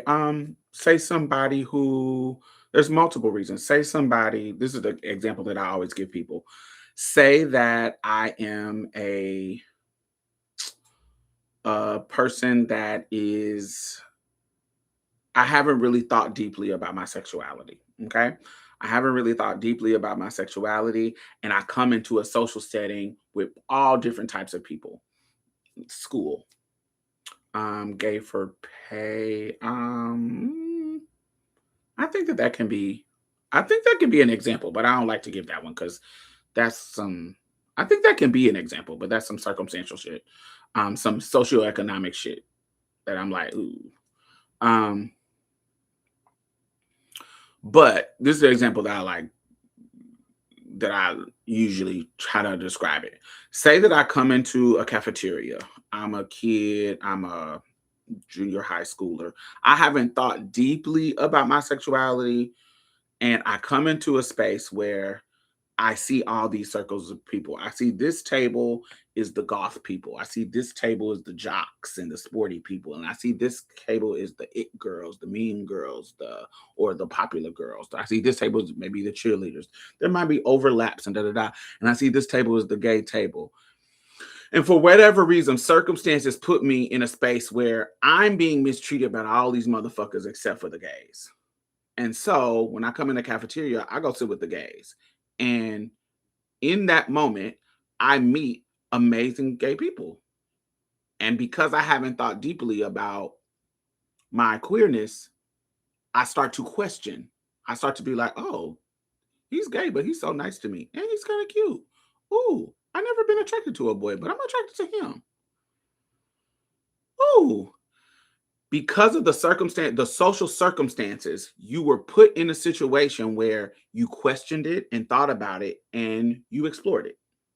It wasn't because it was naturally in you. It was because the circumstances put me in a situation where I could question it and explore it. And because if say I do explore it, I physically liked what happened. And so now, because I experiment, I'm 11, 12, 13, experimenting with other 11, 12, 13-year olds. And I like the act that happened when I explored the idea of queer sex. And while I never thought about it before, I don't have the idea when I was younger. At 5, I was attracted, or at 5, at 6, and I just knew I liked the boys. I didn't have that experience at all. I'm not talking, I'm just saying that's not my experience, but I'm just saying just as the example of the person. The person says, I didn't have that experience at all, but I was in a circumstances that opened up the door for me to explore it. And so now I like this. And so now I identify with being gay because I explored it. I found this person attractive, and then here I am. I'm identifying with being gay, but I didn't grow up feeling attraction towards boys. I feel like that is a circumstantial gay. Another example is um this is kind of like a negative. This is like a negative. If somebody molested you, and they molested you in a way that's not forced and harmful. A lot of boys are like this, and girls too. Um, they will they're not it's not what we think about as rape. I'm holding you down and you crying and da da da da. What if I remember my a friend of mine said that the her uncle used to sit her in a chair like being coerced. Right. It's not coerced, it is groomed. You groomed in this situation where it doesn't feel forced, it doesn't feel negative. It felt like it almost because you're groomed, it feels like you are actually making the decision because even though the adult or the person who's older than you is inappropriate, you get what I'm saying? They know that they're doing wrong, but you as a person, as an individual, don't feel the wrongness in it because you like what's going on. Like, ooh, they're touching me in a certain way. They're making me feel special. They're making me feel like the smart kid in the room. And also what they're doing, I actually like. I'm going through puberty. and maybe they're touching me and it feels good and I like this person. And so their mind is not thinking about this being wrong. They're thinking about this as, oh, this is an adult that I like, or a older person that I like. This doesn't feel unsafe. This feels good. This feels pleasurable because I'm also going through puberty and having sexual arousals. And so if they are giving me head, there's no pain, there's no pain. I like this. Ooh, this feels so good. This feels good. And then, ooh, especially if it's the first time that I'm getting an orgasm. Oh my God, this feels so good. I like this. Ooh, da da da. I'm not thinking about the inappropriate nature of this relationship. I just kind of like it. And I don't, and as a kid who my fucking frontal lobe ain't fucking developed, now I go through life and this has cracked something open in me. I never had feelings of queerness before, but this particular act, inappropriate act, has cracked something up in me. And so now I'm 24, 25. That happened to me when I was 12 by a 15-year-old, or when I was 12 or 13 by let's just say another kid. But adults do this. This is what we talk about with grooming. But say it was somebody who was 15 and this person is 12. And you now this 12-year-old is 22, and so now I'm 22 and I've had these sexual experiences with a girl or with a boy, same sex or whatever, the same sex. And now that I'm 22, I'm claiming that I'm gay or bisexual because I enjoy these sexual experiences with the same gender. And I don't think that that is natural. I think that the circumstances, wrong or right, however, I think if it's grooming, it's wrong. But even if it's two people, same age, experimenting, and it leads to this feeling, that wasn't a natural occurrence. This was somebody having an experimentation that they liked. And so it cracked the opportunity for them to explore, and it cracked the code of, oh, I actually like this. I actually like this. So now that I'm grown, I still like this. That I met this chick in fucking elementary and she started sucking my pussy in the 6th grade and I like that shit. And so now I'm 25 and I still like bitches that suck my pussy. Yay. So I think those type of people are circumstantial gays. I think that the circumstances that they were in when they were younger put them in a situation where it cracked open an attraction that normally would not be in them if they didn't have the experience. Does that explain it? But I also think that there are gay people who it's just naturally for them to, it's just natural attraction.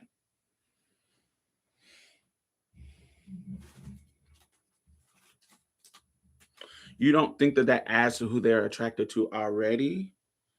Yes, I think it doesn't mean that they were attracted to boys already. They couldn't have been attracted to nothing. It could have been a not an asexual person, but just they hadn't experienced nothing yet. I remember I hadn't experienced I remember the first time that I was aroused by a boy. I remember that time. There was a time before that that it was nothing. I didn't think about sex. And I remember during that time, I remember there was a time where girls, it just was, I was in this place where I was debating on was I attracted to girls or boys. And I just knew every time that a girl tried to be sexual to me, I don't, this doesn't feel like when I'm attracted to the boys. It doesn't give me the fireworks and the sparks and the physical reaction that I do with the boys. I remember being young and not and wanting to kiss boys and getting sexually aroused when I wanted to kiss them, even though, they were straight boys and they weren't reacting to me in that kind of way. I just remember sitting, listening. I remember my friend, we end up messing around years later, but I remember when we were younger, my friend PJ, when we were younger, I remember just sitting, watching him talk and looking at his lips and wanting to kiss him. And while I'm sitting there watching him talk, I was getting aroused physically. Now, we didn't mess around on no sexual shit till I was fucking 13. But this moment happened when I was like 6 or 7.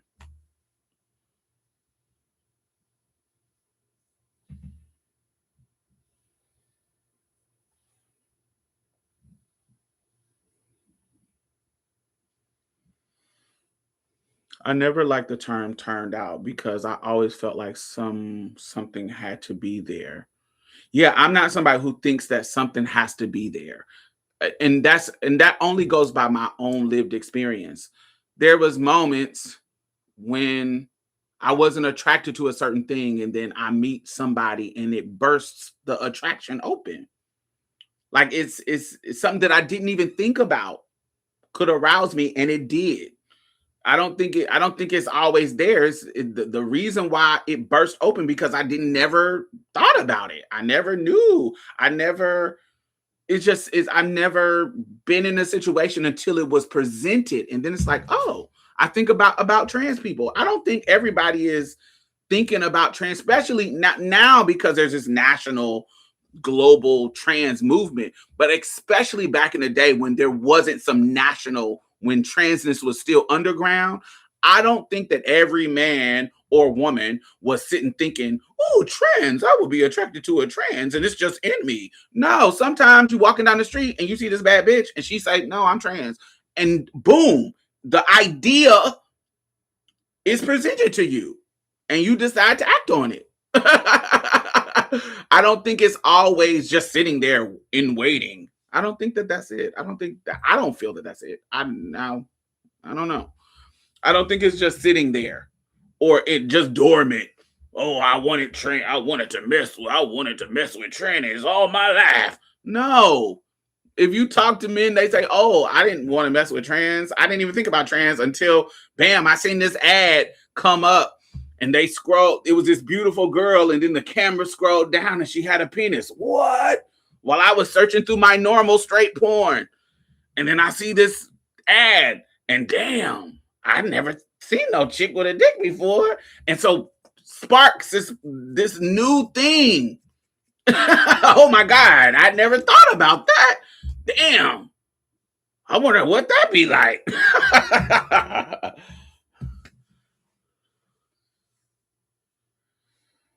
I couldn't imagine what gayness was until I read it in the Bible. Trans attraction isn't necessarily a gay maker to me. I don't think it is I don't think it necessarily is either, but I do think that it is queer. So I'm talking about queer in general. Um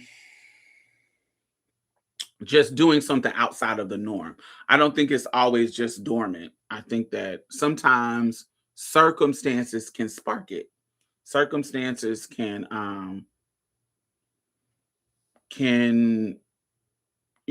open that door. And even somebody said gay for pay. I think even gay for pay. I think that that could open up the door to crack it open for the pleasure of you. If I'm in a social economic bind and I'm a straight man and I run into somebody who got money for me and I ain't never thought about it, but I'm in a financial bind and this easy money, he just want to suck my dick. I done got my dick sucked before, and you rationalize it, and you like, maybe, okay, fuck it. And then this motherfucker sucked the fuck out of your dick in a way that you ain't never had it sucked before. That cracks something open in you, like, damn, I know that head was fire. So maybe the next time I'm approached to do it from somebody I might even without the money do it because I've experienced something that cracked me open.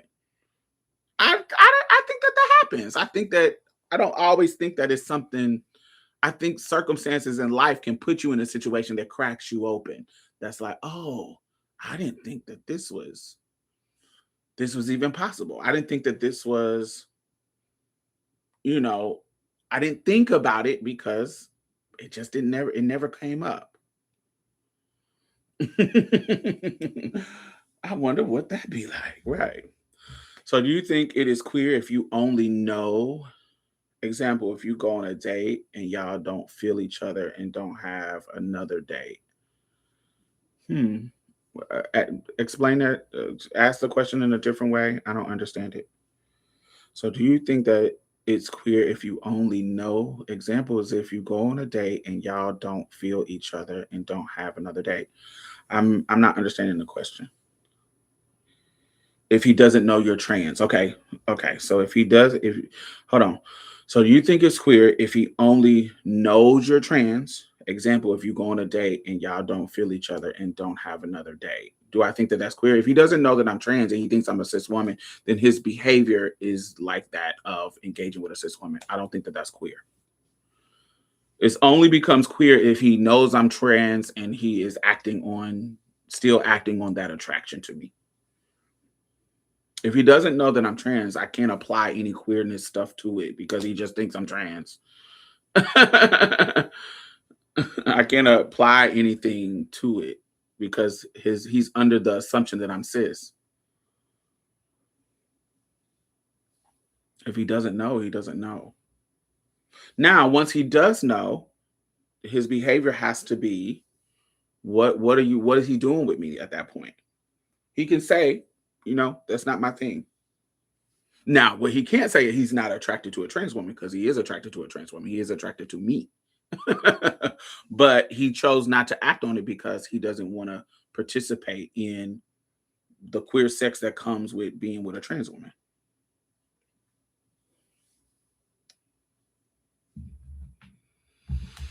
Okay. So I did want to go into this. One of the biggest flaws. Gotcha. One of the biggest flaws is many people around. Blah, blah, blah, blah. One of the biggest flaws of the gaydar is that it often relies on, usually particularly around men and women, it's these coded stereotypes, this feminine coded stereotypes or masculine coded stereotypes. So what happens is when, like, say the feminine coded stereotypes for men. So what happens is when men present a certain way that we're clocking in the radar, what happens when they are actually gay and presenting hyper masculine? People are going to automatically assume that he's straight. And this creates like this masculinity shield. Like it creates this shield of, because I am vigilant about acting this particularly masculine way, my voice, make sure my voice is deep, make sure I'm not switching, make sure I'm not, they're acting this way. It puts people in a situation where you think that this is the way gay acts, but this is not. And this fits more conventional masculine expectations, whether it be ath- athletics, what other things, of course, clothes, hyper masculine clothes, um, doing or professing traditional gender roles, any kind of that kind of alpha male behavior. um any shit like that makes people less likely to question your sexuality. But we all know that masculinity and sexuality is not the same thing, and it does not indicate that. And just like we are all talking about, everything this person deems masculine doesn't mean that I deem it masculine. Just because this person deems it feminine doesn't mean that I deem it feminine. So how I look at a person is going to be so different than how this person looks at a person when it comes to masculine and feminine. And none of that matters when it comes to the behavior that they may be doing in the bedroom or that they may be, whatever the actions that they're taking around their queerness. It doesn't matter how we see them in regards to how they are fitting the stereotype, which is why the gaydar thing just does not work.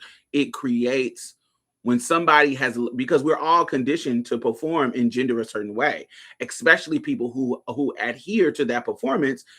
It puts us who trying to judge people on a gaydar, it puts us in a situation where we are creating blind spots for ourselves. So, what this puts us in a situation is that some women may never consider their partner to be bisexual or questioning or living a double life because he doesn't match the stereotype that we expect. There are so many people that I have engaged with that perform their gender to a perfect pitch and they gay as hell or bi as hell or experimenting as hell. And people, I remember I told the story about me and Eric and how his mama was clocking that me and Eric was messing around, but his sister, y'all remember that story? But me and his sister, but his sister was like, no, Eric ain't gay. And his mother was like, nigga, you young and you don't know, but I'm old. This ain't no regular punk. This is literally what she said at the table. This ain't no regular punk. This motherfucker look like a bitch. And you thinking of it as some punk shit. This ain't the same thing. A nigga will be attracted to her before he'll be attracted to a regular punk. And this is what her mother is saying to her as the daughter. And now me, I'm gagged because I don't know why this conversation is happening. And I didn't want this conversation to happen between me and his mother. But she asked me, are you fucking my son? And so, but that's a perfect example how the mother was clocking the nuance of it and the daughter was not. Country home meals. Not country home meals. What's that? In that regards, it was for me, it was a moment where I could tell one person was clocking the nuance of this gender shit and sexuality shit, and one person was not. She was convinced that her brother was quote unquote just straight, all because he was performing his gender in a way that was convicting her. Was you fucking her son? I was. And she asked me directly when the mom said you was cooking her son country hoe breakfasts. Yes. So I don't know what video. I think the video that I shared this story in is called Pisces Season. I think it's called Pisces Season. I'm not 100% for sure. I think it's called Pisces Season. It is in the Love Beneath series, and I think it's the last video I did in that series. It's called Pisces Season, I think. I'm not for sure if I can't remember when I told the story. It was around your high school graduation, yes, and I think it was my Pisces season.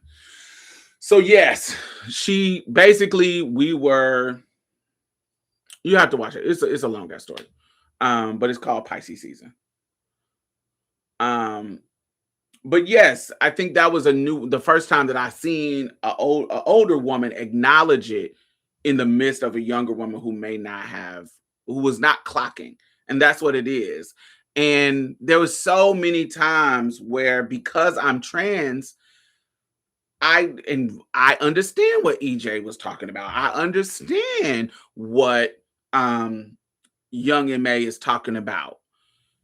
There's a particular type of woman or man that fits the stereotype, that performs their gender in a certain way, that does not label themselves as gay or queer, but they will mess around with me because they're attracted to me. Now, we talked about how problematic that can be in yesterday's live, but I understand it because I live it. I understand it because I live it. I know how what I just was talking about, how you can meet a person and they bust that fantasy open. They bust that experience open for you and you never thought about it prior to that. Imagine I'm the first trans woman to go to Jackson State University and be openly trans in a school in Mississippi where there's not a lot of trans people per capita. Most trans people live in, more major cities. Not saying that there was none, but there's not a lot. And so for me to go to this school for the first time, there's there's going to be dudes that's in classrooms with me that never met a trans person before. Okay? Their idea of trans may have been something else, may have been like a drag queen, or may have been something. But a regular girl like me, who is, I'm not trying to be a drag queen. I'm trying to be a regular girl. So I'm not running around with tons of makeup on. I'm not running around. I'm trying to blend. And so if I'm accomplishing that and I come into the room, there are dudes that, and I'm saying this from lived experience, like dudes will tell me, I've never been in a space with a trans woman. I've never been in a space with somebody like you. You are a whole different breed of human to me. I never seen somebody who was born a boy who lives as a girl in this way. I've seen gay men, I've seen but you're like a regular girl, and I'm reading you as a regular girl. I know what people are telling me about you, but I've never met anybody like you. We are only 5% of the population. Do you see what I'm saying? So there are some people who, for the first time in their life, they are in a classroom with a trans woman, Diamond Stylz. How do they respond to that? How do they respond to it? And not just respond in regards to public performance. I'm talking about in their brain. There are going to be some people who are like, I don't know what's going on. I'm not attracted to this person. Just on a general level, I'm not attracted to this person because this person does not look like what I'm attracted to. But what if I am somebody that whatever the stereotype, whatever I look like, whatever I look like, what if it does fit their attraction?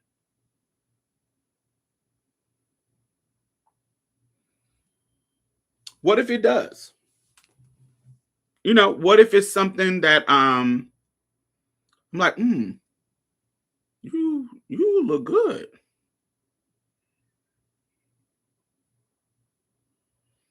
You look like whatever my type. If my type is light skin, tall, you know what I'm saying? Whatever I fit, if I fit it, then how do you respond to that attraction?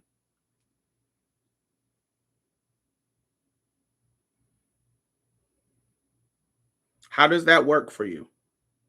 How do you respond to it? How would you respond to it if you meet somebody that's a different type of person that you've ever met? It's like, oh, I remember the first time I met a trans man that was attractive. I've met some trans men that I'm like, okay, well, you short, you real hippie, you got your binder on and it's flattening your breasts a little bit, but I see a little bit. Or you got top surgery, but you still a little hippie. I still hear you kind of give me the vibes of a gay man. Your voice is kind of, I don't know. It was, I met some that is like, you ain't giving me what needs to be gay when it comes to what I'm attracted to. But then what happens when I meet one that does?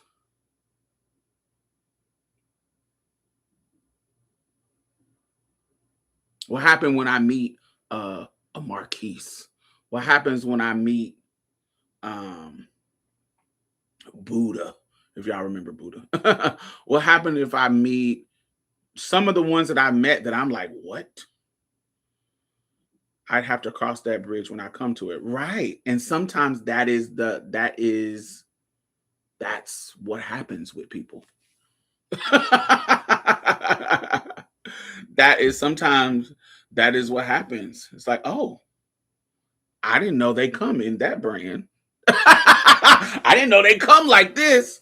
And I think that there is some men, particularly with trans women, who are like, oh, I have an idea of what I thought trans is, what they look like. The ones that I can clock, or I can tell by your jawline. I can see your Adam's apple. I can, whatever the shit that they think that they can tell. But then they see one like Well, who are the stunning girls, the beautiful girls? And they're like, man, I don't. And we've seen this. We talked about this. We on the show. We talked about these girls who are on these apps like the Monkey app, and they're randomly being matched with these straight boys, and then we see sometimes the reaction of men that's like, "Oh, if they look like you, damn, I didn't know trans look like you." They think we all look like so and so, so and so. And I also think, and that's trans. That's trans. Somebody who is, kind of going to the opposite gender. I also think it may be rare, but I also think because some people are attracted to energy and not just a look. And I say this because as who lived a little bit of my life as a queer boy, or a boy who, or a person who being read as a queer boy, I think that there's some boys that I met that weren't necessarily attracted to gays before they met me. When they met me, they was like, it's something about you that's different. It's something about you that's different. And what is that? I don't know. I think of you as a girl. This is before I got any titties, or I was trying to look like a girl. And they were attracted to me, or they saw the feminine energy in me and they was attracted to it. Or I don't know. I don't know how to explain all of that, but I know it happens because I lived it. I know it happens. The Monkey app can be problematic. All the apps can be problematic for sure. I don't know. I think we got to accept that sexuality is fluid. It's there is a combination of natural, there's a combination of nurture. There's a combination, that whole play is just different. And because of that, our gaydar is gonna automatically fail us. It's going to automatically fail us many, many times because it creates blind spots, because it's based on the fake performative stereotypes of gender, of masculinity, of femininity that does not like does not like always fit. It just never can fit. It's never going to always fit. That's not going to be across the board for all of us. Naomi Winter, another one that I like, Naomi and BB Soft. I think her name is BB Soft. Those two, I love when they post the content of how the boys respond to them. It's pretty dope. I love it because it kind of gives you an idea of. There's another boy too. He's not trans. He's gay. Um, I don't know if he's Asian and white, but he has a really nice place, like he got a little coin or born into a little coin, and he will be showing how the straight boys will flip. It's kind of weird. It's kind of, he shows the negative and positive responses when it comes to them. They pulling out their dicks, and it's just a lot of stuff. But he ain't trans either. It's wild. I can't remember his name, but he does it too. I really like those two people who do it through the Monkey app. Okay. Um, I think I question, one of the questions that I ask is, why do we associate these stereotypes with heterosexuality when it comes to a certain level of masculinity, a certain level of femininity? Why do we associate them with heterosexuality? What and who benefits from the assumptions of those associations? It definitely is not us, queer people. Um, how does the culture, like movies and media, how does that influence how we picture queer men, how we picture queer women, how we picture straight men, how we picture straight women? Like, what has influenced your mindset around those ideas and those stereotypes of how your gaydar works?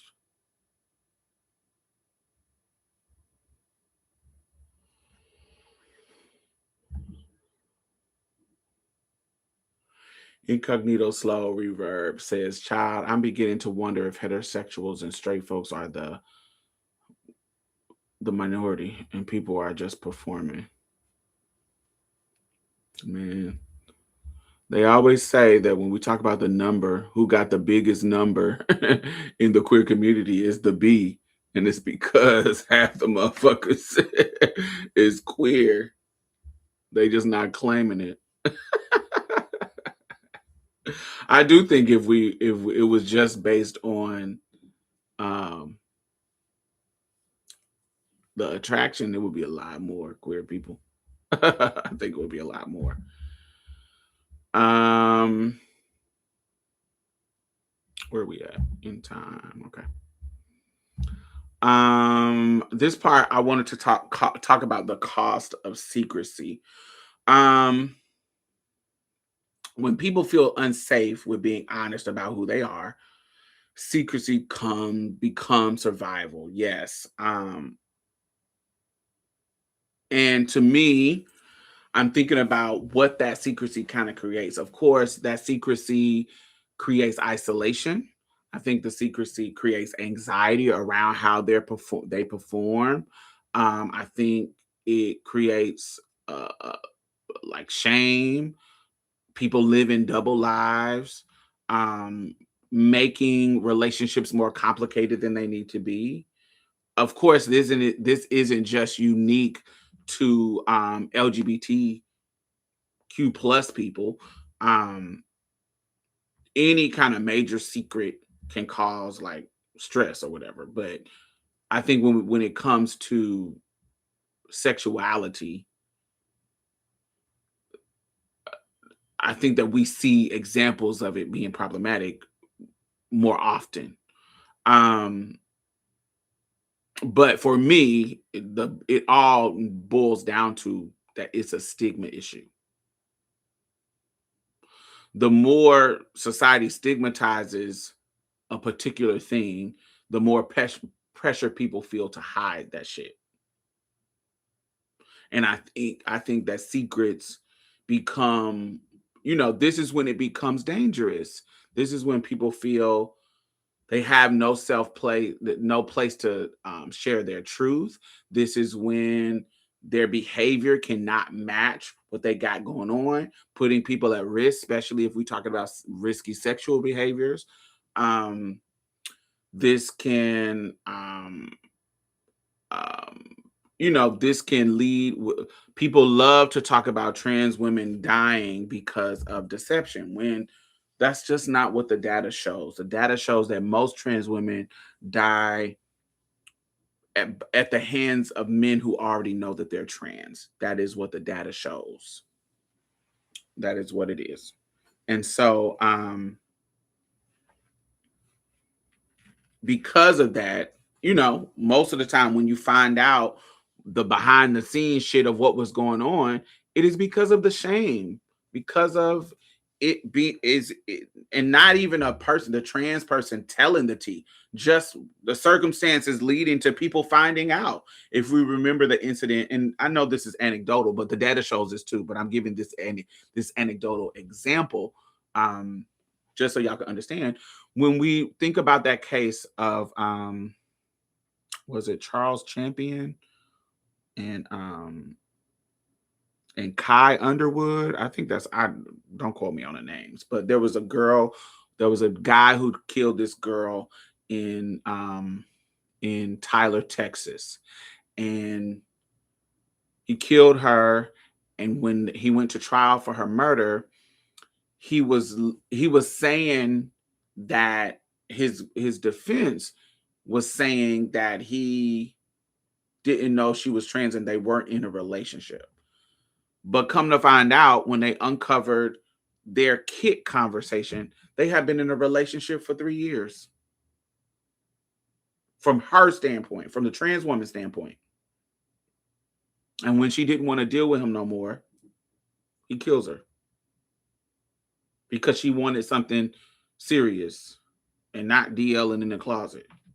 So once it's the potential of it's coming out, or the relationship is going to be done and not going the way he wanted to go, that's how he kills her. And this is common. This is usually the common thing. It's not deceiving. It's not, oh, I found out you're trans, I'm going to kill you because you're trans, because you tricked me. That is not the common narrative. The common narrative is the shame. I'm shamed of this coming out. I'm scared of people finding out. That is the common thread. Either general domestic violence or the shame of this getting out. That's the common thread. It is not deception, even though the straight niggas, I hear them talking about it on the podcast. If you're listening, make sure you thumbs up. Just a reminder if you're in here. Um, but that's just the facts. That's what the data shows. When we look at the cases, um, that's what the data shows.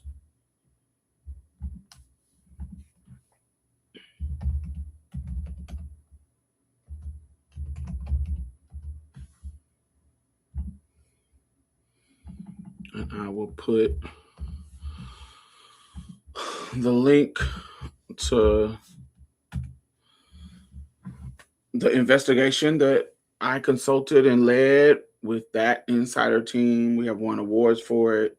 We have created the largest database in the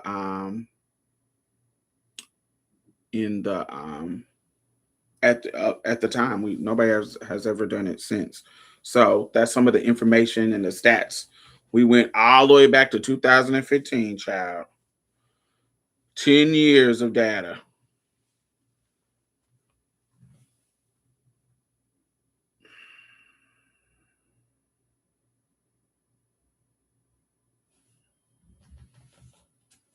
Mm. Hey, Diamond, why yesterday live cut out at the end? I don't know why, but if you go to the um, description box, I have the link to the ending of it. We had to restart over because it was some kind of technical difficulties, but we ended it in another live. So I put the link in the description box that you can check out. I don't know why the disconnection happened. I don't know why. Um, yes. Um, so we have to ask ourselves, not have to ask ourselves. We know that secrets and shame gets more dangerous. Makes situations more dangerous than they need to be, not just for trans women, but we know that gay men get killed when it comes to risk of them being outed, their DL partners being outed. We love to stereotype. I know this is rooted in homophobia, but we you know DL men passing diseases to cis women and all that kind of stuff, and those unhealthy, dangerous sexual practices across the board, heterosexual people and queer people, that can lead to higher risk and da da da da. So that's when it gets dangerous. Um,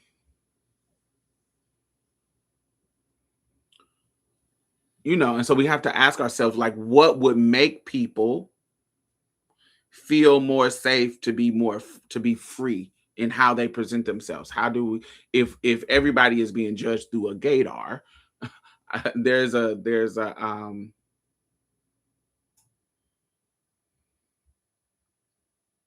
there, there's a box that's being created that people are not allowed to be free and be different and be soft and be feminine when they're men and still be straight, or be masculine a little, whatever we consider hard, and still be a straight woman, and da da da da. I think that we have to consider and think about that. um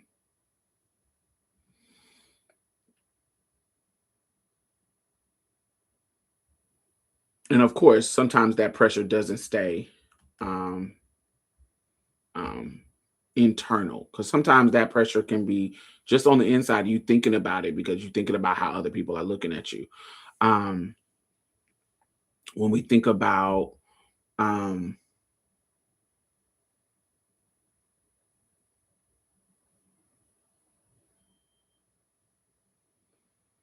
I think we all, I think we all put ourselves at risk. I remember growing up. I don't know if Ty is still in here, but when me and Ty was growing up, when we were younger, there was a situation where this gay boy met a straight boy on the phone chat line,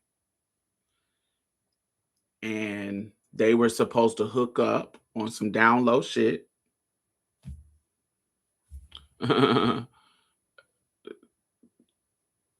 And when he went, the gay boy, for his safety, took a cisgender girl with him. And because of that, the straight, quote unquote, the straight boy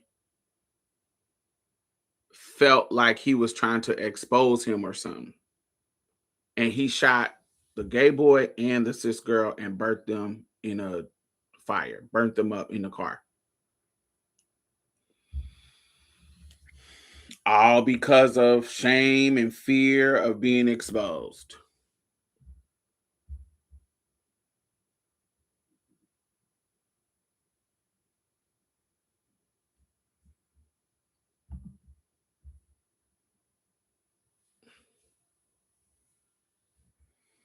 Um,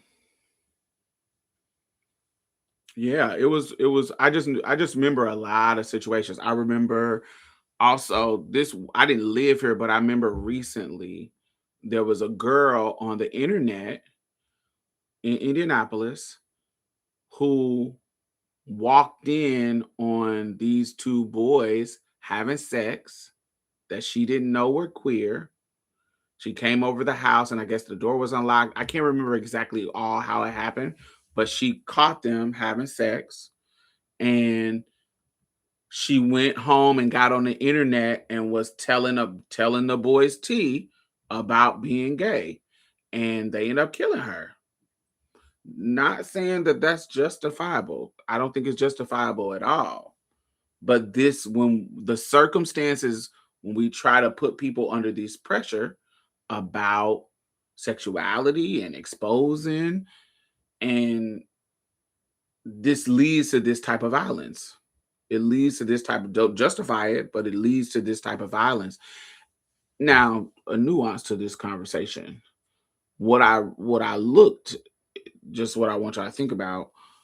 When I looked in the comments in this story, wasn't nobody saying, like, when trans women are in these kind of situations about exposing DL niggas, it's always there's always somebody in the comments talking about, this is why y'all get killed because y'all love to tell people business and blah blah blah blah. But wasn't nobody giving that tea to the cis woman telling them boys business, and this wasn't even her man. This wasn't her man. This wasn't some girlfriend exposing it. This is just a person that wasn't fucking either one of the boys. She just caught them and started telling their tea. But everybody was in the comments like defending what she was doing. They wasn't saying to her, you shouldn't have been telling the tea. You should have kept that to yourself. You should have mind your business. Or they wasn't giving her that. They was giving her grace and saying, these DL niggas, they weren't having the same response that they were having with trans women when trans women exposed.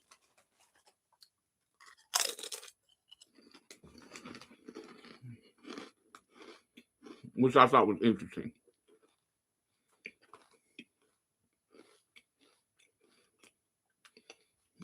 But I think as a society, we create these circumstances.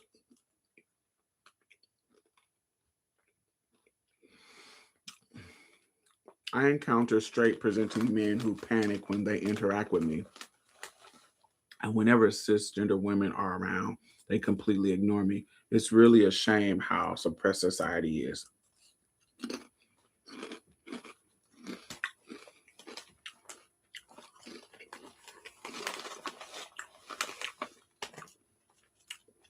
I've experienced that.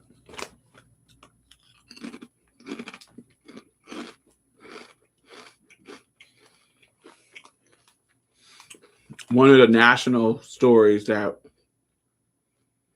got national attention, Gwen Arroyo, I think that's her name. I don't know if I'm pronouncing the last name.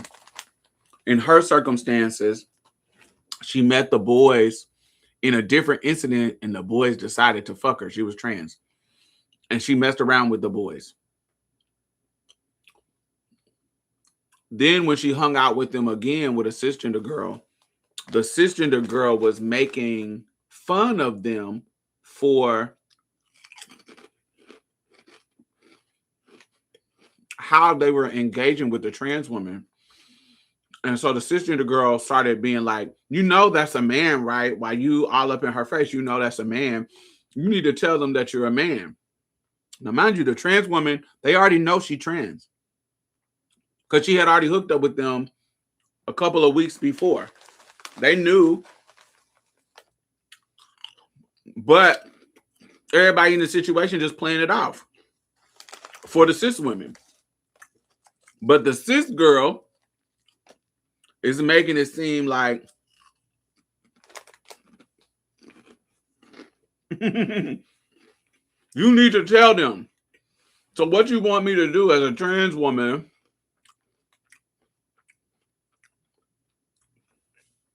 you put me in a situation where it becomes dangerous. And the boys end up killing her just as a performance to prove that they were straight, even though a week or two before they have been in her booty hole, knowing that she was trans.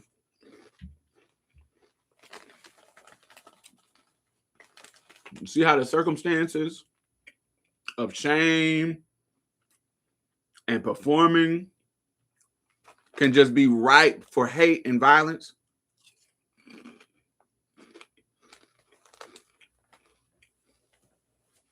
That was supposed to be her friend circle. Yes. It was wild. It was crazy.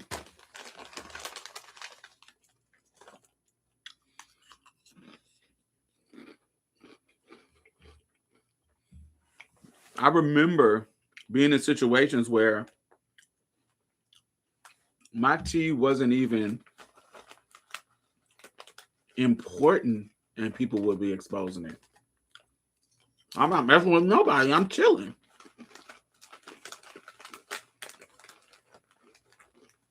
But the cis girls I'm in a situation with, they didn't even think about the danger of it because they're not trans.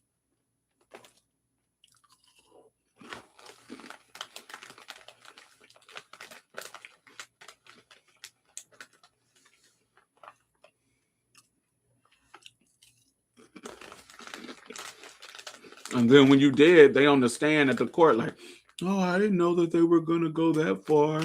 I didn't know that they were going to kill her. Oh, I didn't mean for this to happen.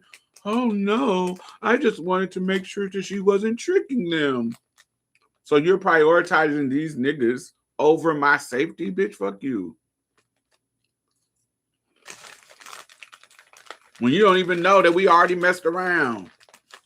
And they knew my tea. Because you want to police whether or not my tea is out or don't know. Fuck you, bitch. You late and tired. You was tired and oh, that pissed me off. When that story got popular, I was so annoyed by it.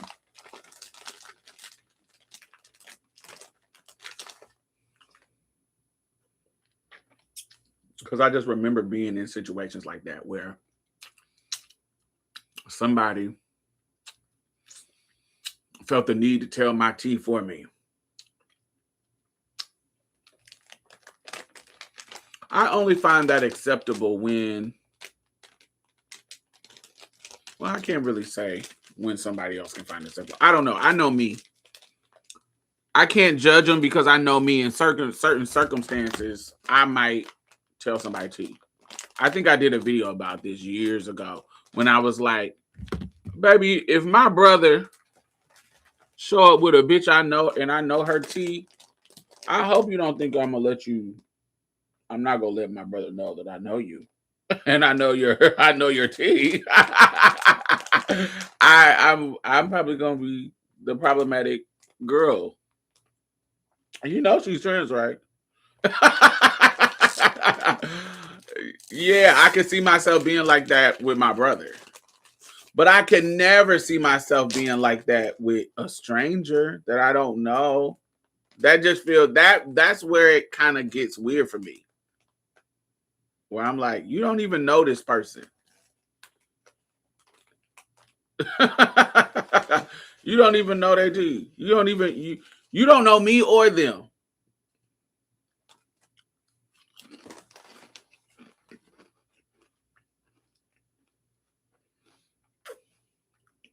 Yeah, that's crazy.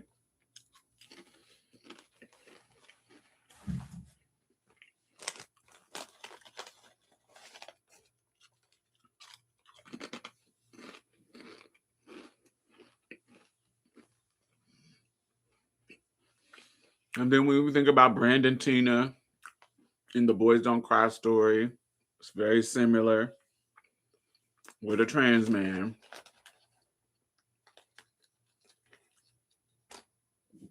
But you wouldn't allow your brother to harm a trans woman. No, not at all. I don't think my brother would.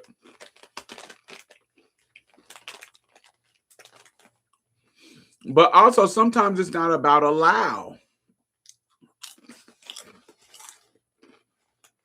Sometimes it's not about allow. Sometimes it's they may not do something harmful in the moment. They might do something harmful when they're not in your presence.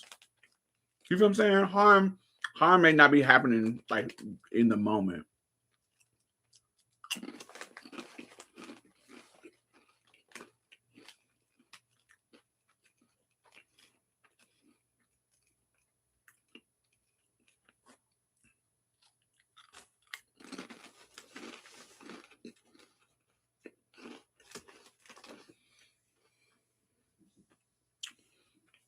I just don't always feel. I'm always wondering why people are so invested. Sometimes I'm like, I remember telling a story about my home. I think the video is called Homecoming Twirls. I think it's called Homecoming Twirls. And in that situation, y'all, if you remember when I told that story,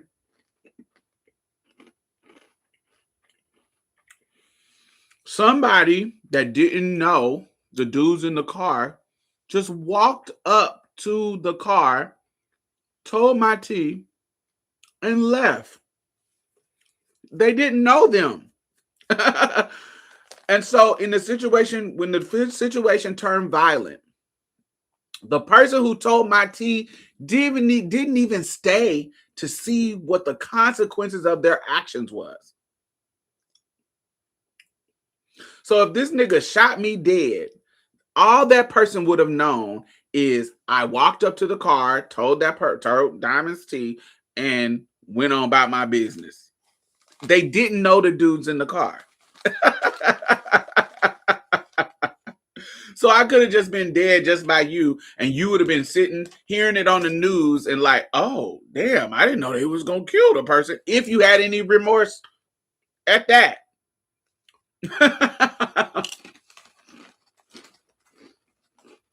It was such a gaggy moment to me.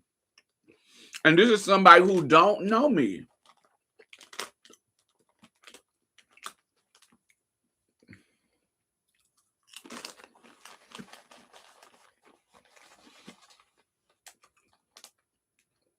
I'm always gagged at that.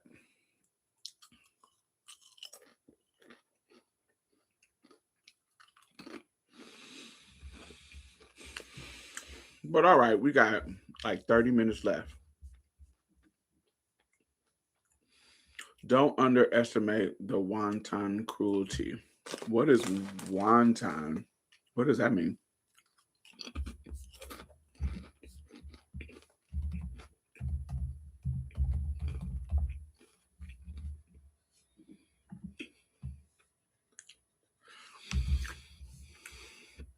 Wonton primarily describes actions that are reckless, unrestrained, and done maliciously without justification.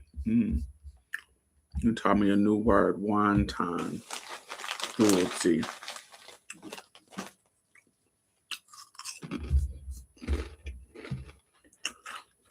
I thought wonton was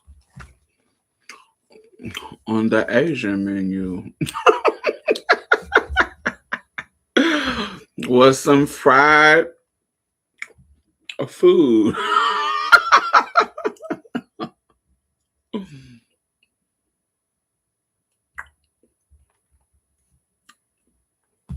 Dominique and Jaya getting into it tonight. Oh, why?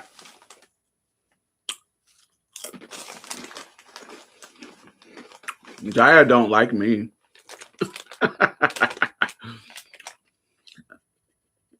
Jaya don't like me. Okay, yeah. Thank you for tuning in.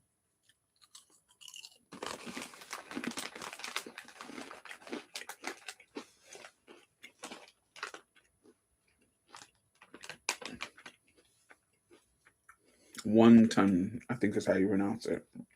Yes, you got me expanding my vocabulary. Wonton, wonton cruelty.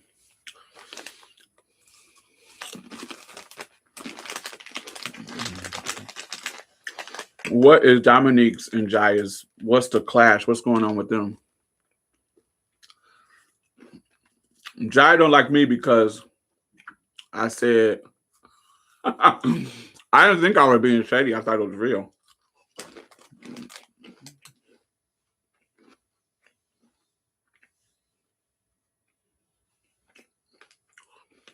Dominique Dominique was on live with Maddie and said something about Jaya. Now Jaya posted a video saying her feelings are hurt because Dee didn't invite her to the party. Are they just playing? I think they're just playing. Are they serious? That sounds like playful. But Jaya's weird though. If it's real, Jaya's weird though. Let me tell you what happened between us. So it ain't no beef on my end. It's a beef on her end. I don't know. I don't have nothing to get. I don't really know that girl like that. But Jaya doesn't feel included in the group and she feels she keeps leaving her out. And Dominique said, take your 3 reasons why and go. It's because Jaya is fucking weird. Jaya is petty and weird. So anyway, let me tell you what happened between me, Dominique, and Jaya. I didn't know it was beef, but apparently it was beef. So anyway, Jaya gets on her Instagram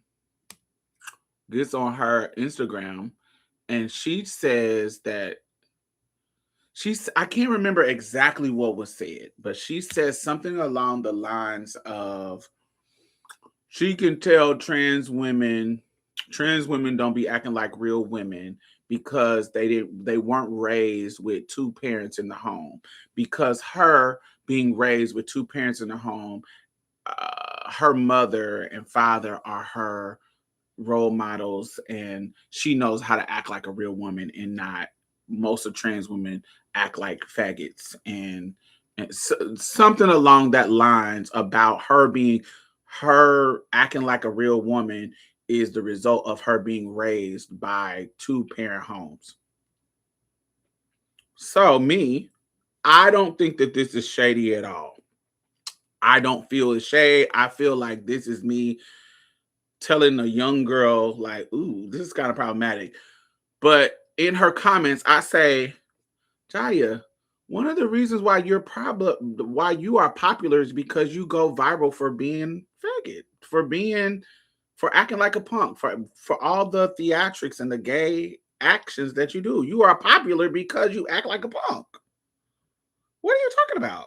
Like, that's how I took it. And that's how I would presented it. I felt like we know you. You're popular because you're a gay Kiki. You're a flamboyant Kiki. It ain't because you're some passable beauty queen. It is because you are like you act like a punk. Like, and was I wrong for that? Like, do y'all know her? Like, did wasn't she going viral because she was connected to T.S. Madison and because she was acting like flamboyantly queer? Like that's what I felt like she was coming down every time I saw her coming down the line, every time I it was because she was being gay and queer, like super flamboyantly gay, like acting like a punk. Like that's what I always saw her doing. So for me, her coming out the blue with this bullshit pathology about trans women, it was like fucking weird. It's just weird. It was weird. So me, I get in the comments and I say that. I'm like, we know you for being a punk girl. What are you talking about? You don't act like a real girl. You act like a fucking faggot. You, yeah, Jaya, who does Madison hair. And so I didn't feel like I was reading. I really didn't feel like I was reading, but apparently she got offended. So she got to going back and forth in the comments. And I was like, girl, it's the truth. I was like, and you can't play that card with me because, girl, I'm fish, girl. I mean, my life has proved I'm fish, girl. I know I don't have to. I'm not some, regular, degular brick that you talking to. My life, I know how to get through when I need to get through. And we on two different to me, we on two different levels of that in our experience because we two different ages. We just on two different things. I'm not built like a Kenmore fridge. I'm not there's a certain look that I have as I go out into the world that gets me through that you don't have. So anyway, so because of that, it was a whole thing. And to me, it was just me in the comments. I didn't really think of it as serious. I didn't really think of it as a serious thing. So anyway, fast forward to it was summertime. It definitely was summertime. Madison comes to Houston. The last time Madison came to Houston, I wasn't able to come holler at her because I had bought a ticket, but I ended up getting booked for an event. So I still bought the ticket. Of course, I didn't ask for no fucking return or whatever. No, but I couldn't go to the show. And so this time I was in town and she was having an event. So Dominique had got her an event with Pure. Dominique got her a sponsorship with Pure. So she had to come do a Pure event at this queer kind of country club situation. So Dominique called me and said, "Hey, Diamond, we doing a party. I'm going to put you on the list on the VIP." And I was like, oh, okay, I could come through because I wasn't able to get to the show. Let me come through and kiki with my girl. I text Madison, tell her that I'm going to be there. And Madison, yes, bitch, come through. Da, da, da, da, da, da. Girl, I want to see you. Me and Madison kiki. And so, cool. It's all good. I get dressed. I go to it's like a day party. And so I go and I am in the VIP. And so Madison comes in, we hug, we kiki in. Now, mind you, we don't get to see each other all the time. So we having a moment. Girl, da, da, da. We talking and we kikiing about normal shit. And Dominique know me and Madison fuck with each other. So that's why the whole situation ended up happening. So we having a fucking good ass time. Everything is good in the VIP. Madison does her thing. She's hosting the event. She's getting her sponsorship, get a donation for the starter house from Pure, and she becomes an ambassador for Pure. It is cute. It is love. It is everything is going good. Jaya is there because she's the hairdresser. She's, T.S. Madison travels with her workers, her entourage, the people who she hired to do shit. So Mo is the behind the scenes camera person. He's the technical stuff. He handles all the stuff. G is the security. He the one to make sure don't nobody run up and do no crazy ass shit. He's the muscle. The logistics person is Ken. Kenneth, is that his name? Is it Ken? Is it Ken? I can't. What's his name? I love him. I'm sorry. I'm sorry if I didn't say your name right.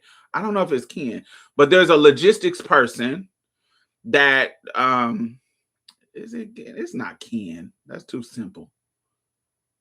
Anyway, there's a logistics person who makes sure that the venue is good and all the details with the where her room is going to be in regards to where her like the green room where she gets to get dressed and she got get the shit together. Then she got her makeup artist and then she got Jaya who does her hair. So she has her team of people who take care of her needs for a road show, for a road event. You feel what I'm saying?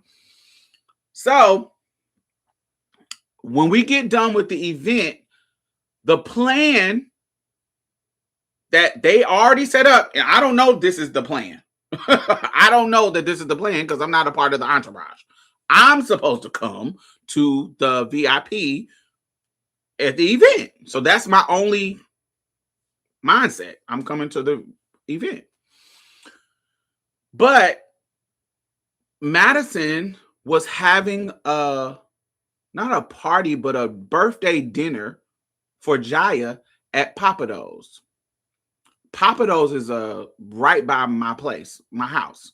And so I was like, oh, I know where that Papado's is. We can go there and we can have a good time. Like, yeah, let's work it out. And Madison invites me to go to Papado's. And I was like, yeah, I'm down. Let's go. I ain't got nothing to do. Let's go. Boom. So I don't think anything of it. Like, I'm not thinking anything of it. And so while I'm sitting there, Dominique tells me that Jaya has a problem. Now, mind you, this is the first time that I'm meeting Jaya, and this is the first time that we ever like engage. And remember, I don't remember exactly what happened in the scenario because it was such a nothing situation to me. I didn't remember exactly what it was. And so I was like, so when Dominique told me that she had an issue with me coming to her birthday event, now mind you, this is her birthday event.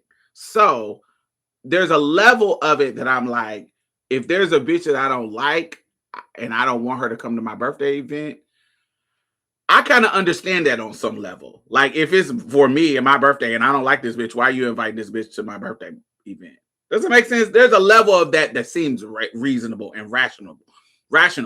But what makes it kind of not reasonable and kind of not rational is that this is your boss. This is somebody you're there to work. And this is your boss throwing you the party. And this is your boss's friend that your boss invited to the event. If it was me, I wouldn't have, just on a professional level, I wouldn't have even said nothing. I would have just kind of came to the event. But she made a big deal about me coming to the event. So much so that we were supposed to go from the party directly to the restaurant. Do you know, because Madison pays for all the Ubers and the lifts for everybody to get to where it needs to go. Do you know when she gets to the restaurant, she catches an Uber back to the hotel and don't come into the party? All because I was there. Even her friend brought a cake and brought it to the thing. I was like, oh, I didn't know that we was beefing like that. I didn't know that there was any kind of beef between us to the level where you couldn't even sit at the dinner table with me. Was it that serious? Just because I said that, bitch, you act like a punk, girl. It ain't got nothing to do with your fucking two-parent household, girl. Stop being late and tired. That two-parent household shit is fucking weird. It's niggas in jail from two-parent households. It's niggas that's raping bitches with 2-pair households. It's trans women that ain't shit with 2-pair households. That 2-pair household shit ain't a flex like you think it's a flex. Get the fuck out of here. That shit was whack and corny. And so I called you out on that shit being whack and corny. And it wasn't a big deal to me. But now that I know it's a big deal to you, I'm going to make everybody laugh and kiki about it at the table. So that's what I did. It was me, Dominique, and and T.S. Madison, and we were kikiing about this bitch being so fucking weird and so fucking petty. She didn't even want to come to her own little birthday get together. And Madison was like, bitch, I don't even do this for my workers like that. So the fact that you're being extra and late and tired and you couldn't come in and you think I was gonna not let Diamond come? Get the fuck out of here. No, this ain't, girl, calm down. Let it go. And so it let me know that she was kind of petty and weird, which is kind of like, girl, this really wasn't that serious. It wasn't that deep. But I guess it is her birthday. And so I gotta take it from the perspective of her birthday. It's my birthday. Yes, I'm working in Houston, but it's my birthday and it was supposed to be my event. And so I don't really want a chick that I don't like there. I guess that could make sense, but I guess she thought that that Madison was gonna like say nah, disinvite me or something. I don't know. She's weird. This is the same lady that went to Tisha Campbell in person while with T.S. Madison and said, your face isn't that big in person. For my birthday, you should honor my block list, implore or nah. Well, that may be, I get it. But it depends on your relationship with your boss.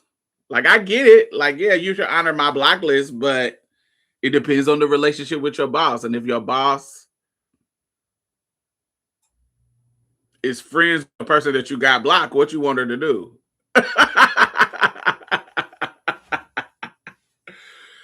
Is that, if that's her Judy and you got her blocked, what you do? And wait.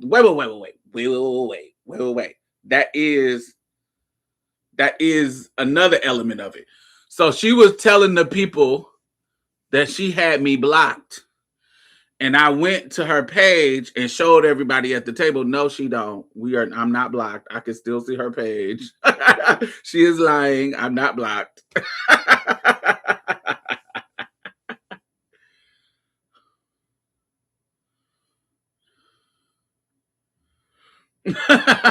I was not blocked. That's the tea. That was the gag. So I'm like, she's saying she blocked me? No, she didn't block me. I go to her Instagram and no, it's not blocked. Now I might be blocked after that, but at the time, let me go look. Let me go look and see if I'm finally really blocked.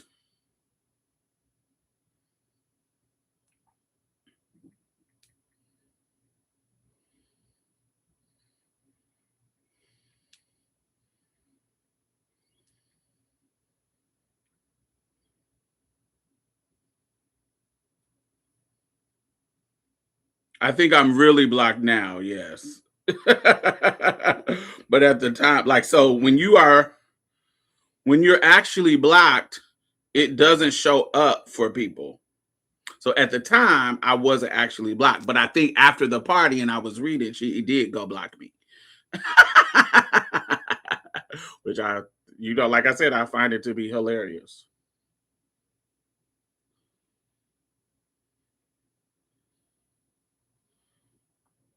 So yeah.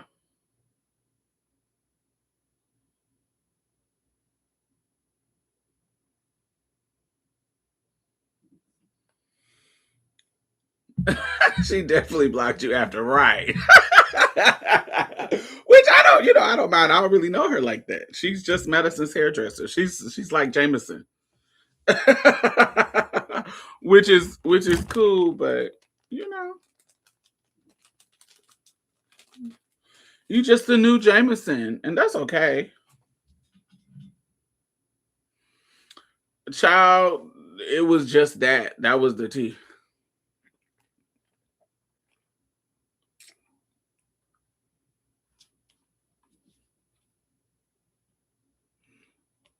No, no, no, Amber. I didn't know.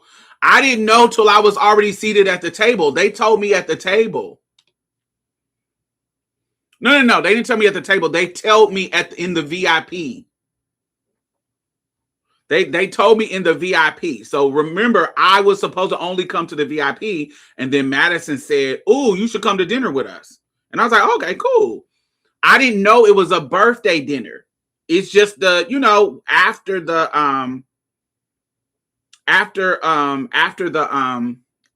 event, everybody was gonna go out to dinner to eat. And so Madison invited me. Wasn't she homeless before she was Madison's hairdresser? Oh, I don't know. I don't know her. I didn't really. That's why I didn't know it was a beef because I didn't really. She was a new trans girl. She was Madison's hairdresser. So I followed her because I was like, oh, she's funny. Y'all know I'm in the know with the trans shit. So I was like, oh, this is a new trans girl, social media girl, funny and coming up. So I followed her and thought she was funny. That's why she was just like exactly why I followed Alonzo, where I was like, oh, she's funny. They do little skits, they do little funny stuff. So I was like, oh, okay, cool. So I didn't really do no deep dive in whether her history or nothing like that. I didn't know anything about her. So, but if that's true, wasn't she homeless before she was a Madison's hairdresser? If she was, then that makes my point about the two-parent household even more hilarious. Because how the fuck you homeless and you got two parents? How the fuck you homeless? If your parents is so great in teaching you how to be a real woman, how the fuck you homeless, bitch? Are they dead? Is the motherfuckers dead?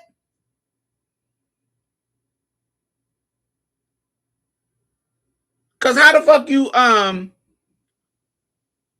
these two, you got two parents and you on the street? Explain that to me. Is that before they came to the club? Because I was gonna buy her a drink, but she was acting weird about it. So I hugged Madison and went to the back to get ready for the show. Um, this I think this was this was a Sunday, so this was after that time. I think this was after the club setting. This was now I don't know if she knew that we were friends or not. I don't know what the fuck she was doing, but maybe not. I don't know, but I know this incident happened on the Sunday. It was because Madison was leaving the next day, so it was after. It was after her. She did a 3-day thing. She did a Thursday, Friday, and a Saturday show for Fag Talk, and then on Sunday she did the event for Pure. I got 3, and the 2 that are on my DNA did not fuck with me. Keep in mind, 2-parent household. Maybe she likes a controversy creator, like the online engagement interaction. But this wasn't something she talked about. This wasn't something that you get what I'm saying. This was an in-person thing. This wasn't something she was trying to create controversy. Because it's not like she went on her page and was talking about me. It wasn't that. She just didn't want me to come. And I think she thought Madison was gonna be like, oh, Diamond, don't come. But bitch, I'm Diamond Styles girl. And that's my bitch. We cool as fuck. We been cool as fuck for years. You thought she was gonna disinvite me? That's my bitch. We cool as fuck. Why would you what? But the thing about it is I wouldn't have been offended because of the birthday situation. I wouldn't if Madison asked me, or if somebody said, hey yo, Zaya don't really fuck with you like that and this is her birthday event, because it was her birthday and I'm a stickler, my birthday is my way, the highway. If I don't want no bitches I don't like it my birthday, I actually would have went home. it would have, because I had no intention of going out to dinner anyway. I was going home after this event. It was a daytime event. I can take my ass home. It's Sunday. So if I wouldn't have took it negatively if it was told to me that this was a birthday situation and bam. But when it was told to me was when we were headed that way. Do you see what I'm saying? We were already making the plans, Uber rides or da da da da da da. I was like, oh, this is weird. Yeah, I wouldn't have made no situation about it, but because we were already there.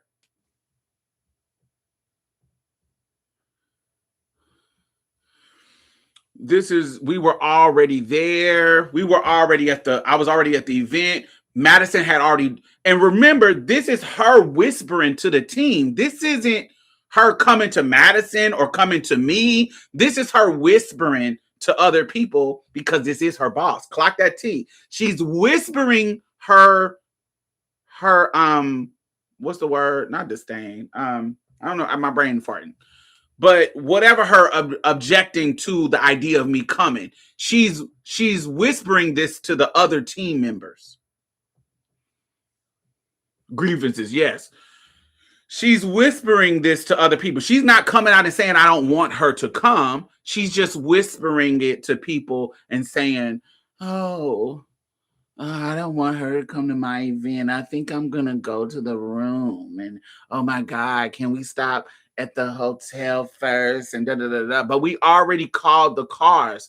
Now, in the moment that we were waiting for the cars, I wanted to be petty and go in the car that she was in so we can go to the. Once I knew there was some weird shit, now I want to be petty. So I wanted to get in the car with her. It was like, no, get in the car with Madison. I wanted to get in the car with her just to be like, ooh, we're going to Pomodoro's. Just to be petty and late. Now that I know it's some weird ass beef going on that shouldn't be going on. And so once we get there, imagine the cars parking in front of the Papados. Everybody get out, and we go into the fucking restaurant, and she's sitting out waiting on another Uber that she done called for her birthday gathering. It was a kiki to me. It was a kiki to me. I cackled. I was like, ain't no way that I'm gonna let a bitch presence leave me out of my shit. I'm sorry. I would have to just bite the bullet or something. Especially because remember, this isn't, nobody is telling us, she's whispering this. So it starts to be hearsay, and Dominique texts me and say, this is what's going on while we're sitting down at the table. And I was like, why is she being petty like that? Oh, I didn't know that was the tea. I didn't know any of that was going on until we were already there. Letting a bitch run you out of your own birthday is crazy work. Ain't that crazy? You couldn't do that to me. You couldn't do it to me. I'm sorry. It could be. I would just have to deal with you being there. But I'm not going home. But I guess, it worked for her. My birthday dinner that Maddie's paying for? Exactly. Hell nah. They got her birthday cake is sitting on the table. And she ain't even there. But for me, I think it's sickening. It's a hold on.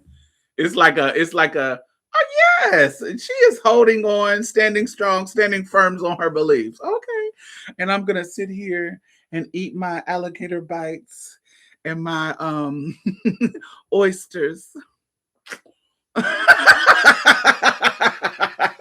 and my Alexander, my salmon Alexander, and my swamp thing, and enjoy this dinner. Thank you. And after we was done talking about it for the few seconds when we sat down, we didn't talk about her no more. We talked about just the kiki, because now we having conversations with Mo and G about straight men, and we just have an amazing conversation about, just stuff that we kikiing about.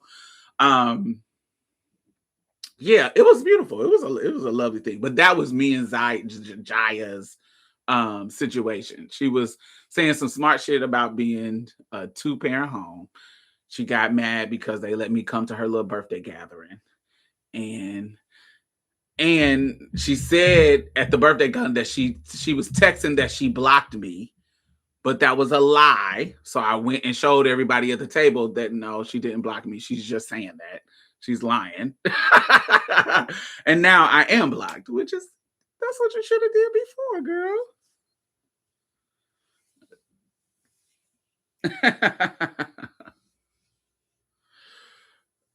Yeah, Mo is sexy. That fat little booty, fat little Nigerian booty.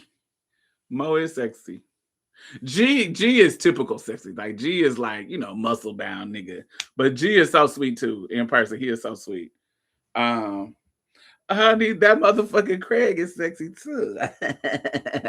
Craig is cute too, especially in person. I feel like Craig is sexier in person to me.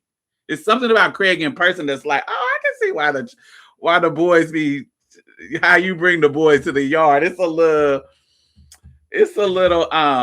classy Coleman Domingo, sophisticated level. There's a softness, there's a femininity, but still a masculinity. Craig is a little something too, honey.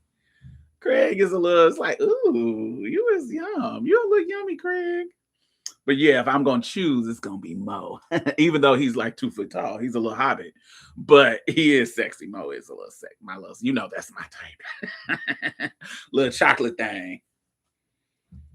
While we talk about Madison's crew, no shade. Who I would have too is that motherfucking Chi Chi. Chi Chi lips. The shape of Chi Chi lips is so sexy to me. The shape of Chi Chi's lips, them lips is so cute. Oh, Chi Chi's lips is sexy. I live.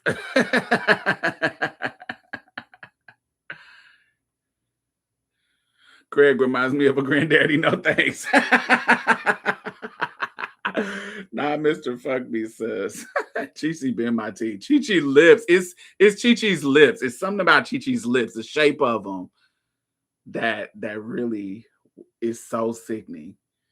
Now that's my boo, Chi Chi. Yes, Chi Chi's ever since, like, even before Madison was like popular, and he used to be on her videos with her. I'd be like, ooh, Chi Chi's lips is so right. What's the tea? What that dick looking like?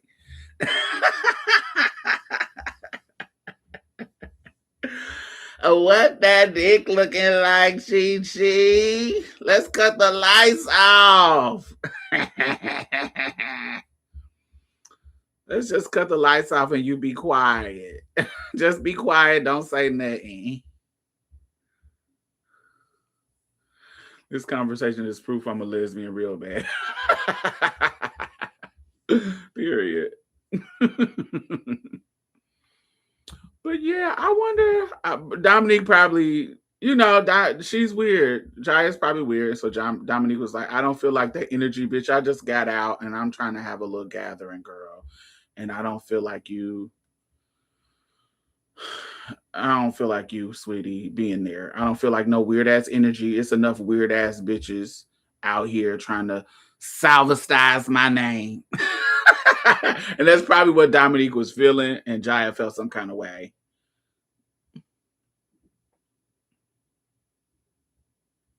Yeah, apparently that's what somebody just said. Somebody said they was beefing. I think it was Gigi. It was a Gigi. Gigi said they was beefing right now. I think that's what Gigi said. Dominique. Yeah, Gigi. She said they're currently beefing, I guess. Chi can butch up sometimes too. He can. I be seeing it. I be like, okay, I feel you. He can. I be seeing it. I know I love a man. I can see when a man can be a man.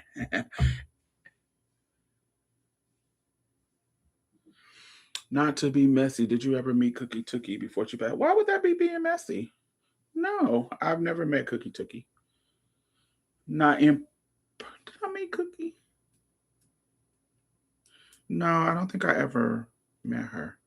If I met Cookie, it was when it was before her fame. I think I did meet Cookie, but she was really, really strung out. Yes, I did meet her. So I didn't meet her before her internet fame. I met Cookie Tookie when she was really, really strung out on drugs, and she was homeless, living either in Philly or somewhere in California. I always She was really strung out. She used to be like one of them clucker people that be on the street looking like a clucker, homeless. She used to be and crazy. She used to be one of them people before she was famous. Um, well, before she went viral. So yes, I met her, but it wasn't a meeting like, oh, hey girl. It was seeing her on the street strung out, like a trans woman being strung out, super pumped, super clearly a trans woman, super pumped. She was pumped out of her wazoo, that kind of trans woman, which is why I picture it in my head. She was on the street.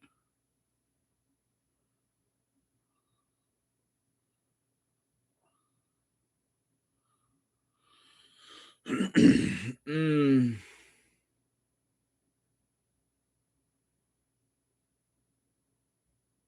Big when he would get engaged and didn't know how to tuck, it would just be hanging. I know that's right. Period.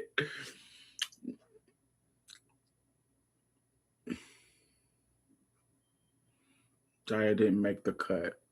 hmm The idea of a cookie documenting her addiction to her passing is so messed up. Rest in peace. Yeah, she is a tragedy story.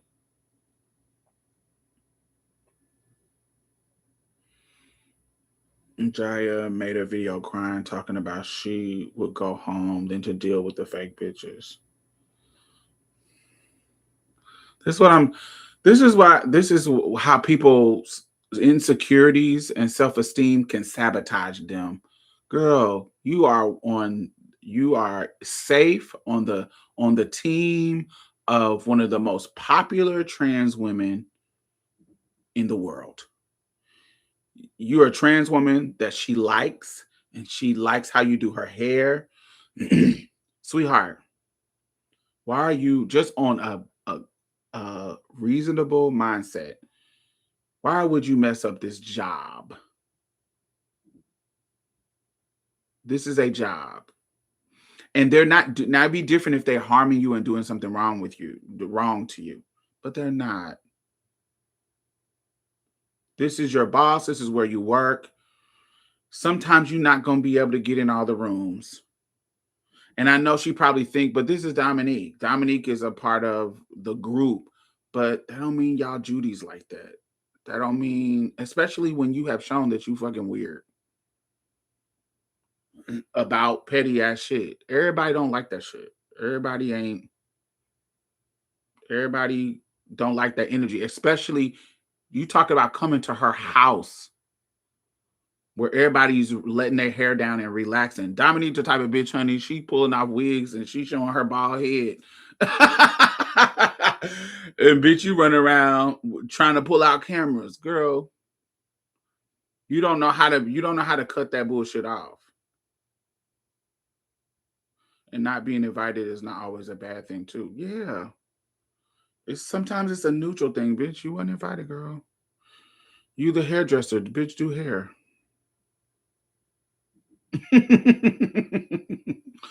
You the hairdresser, girl. You ain't the Judy. You the hairdresser.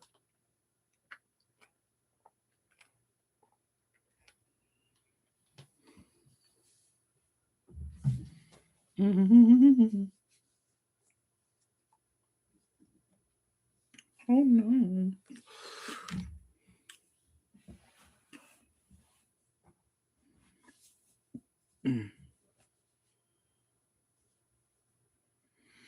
I found this dress. This was so cute. It was like futuristic. It was like a there's like a I love this little sheer collar. I usually have to wear a bra with it, but I don't have no bra because I'm sitting here talking to y'all, so they are sagging. But I love this little top. It's just like a bubble parachute dress. It's like a it's just wide and and just comfortable and cute. And it's like midi length. And it's just so I love her. She is so cute. Just simple and white. This little piece right here. Soft and sheer. You know. Your top with the cowrie shells from yesterday is so cute. I had my eye on that set for a minute now. I did too. I wanted to buy it maybe like a year ago, but it was sold out. Every time I would go, it was sold out. And so she reopened it and said it was the last time that it was gonna come back. And I was like, yes, let me go ahead and get it. Because I've been wanting it for a while. I love it. I love it, love it, love it, love it, love it.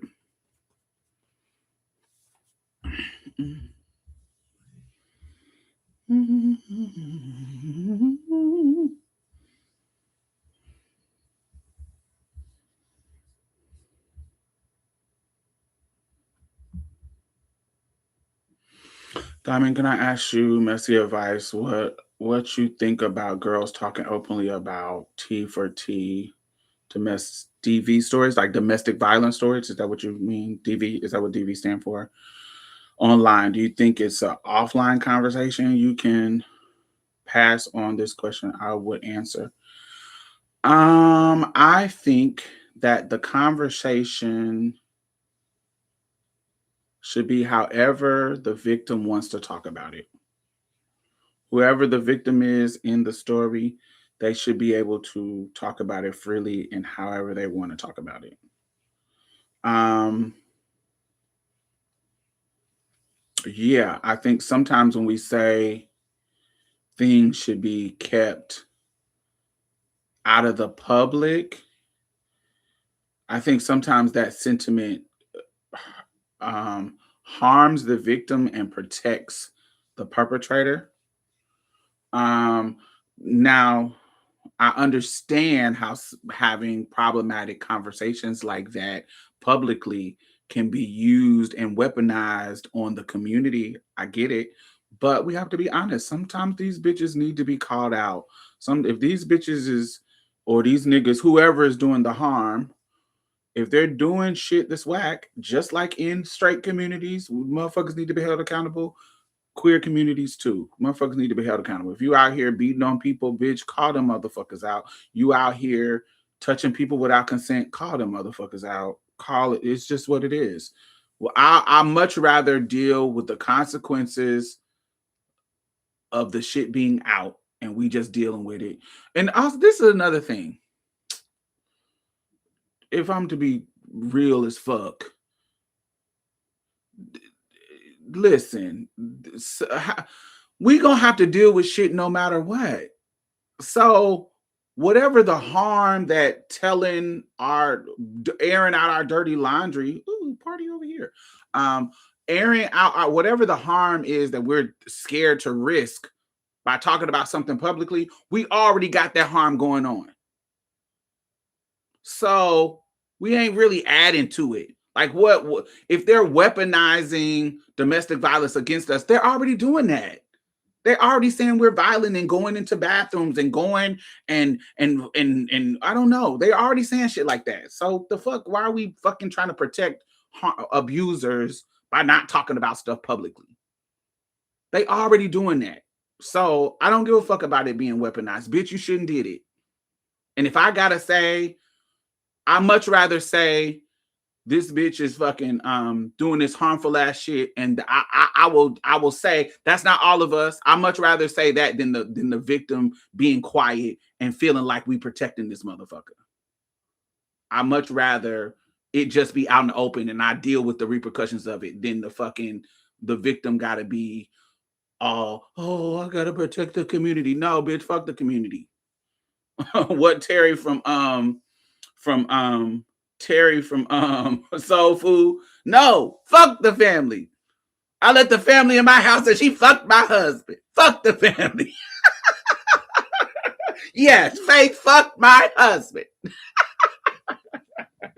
That's a fuck the family. No. When you are being harmed in the family, fuck the family. No.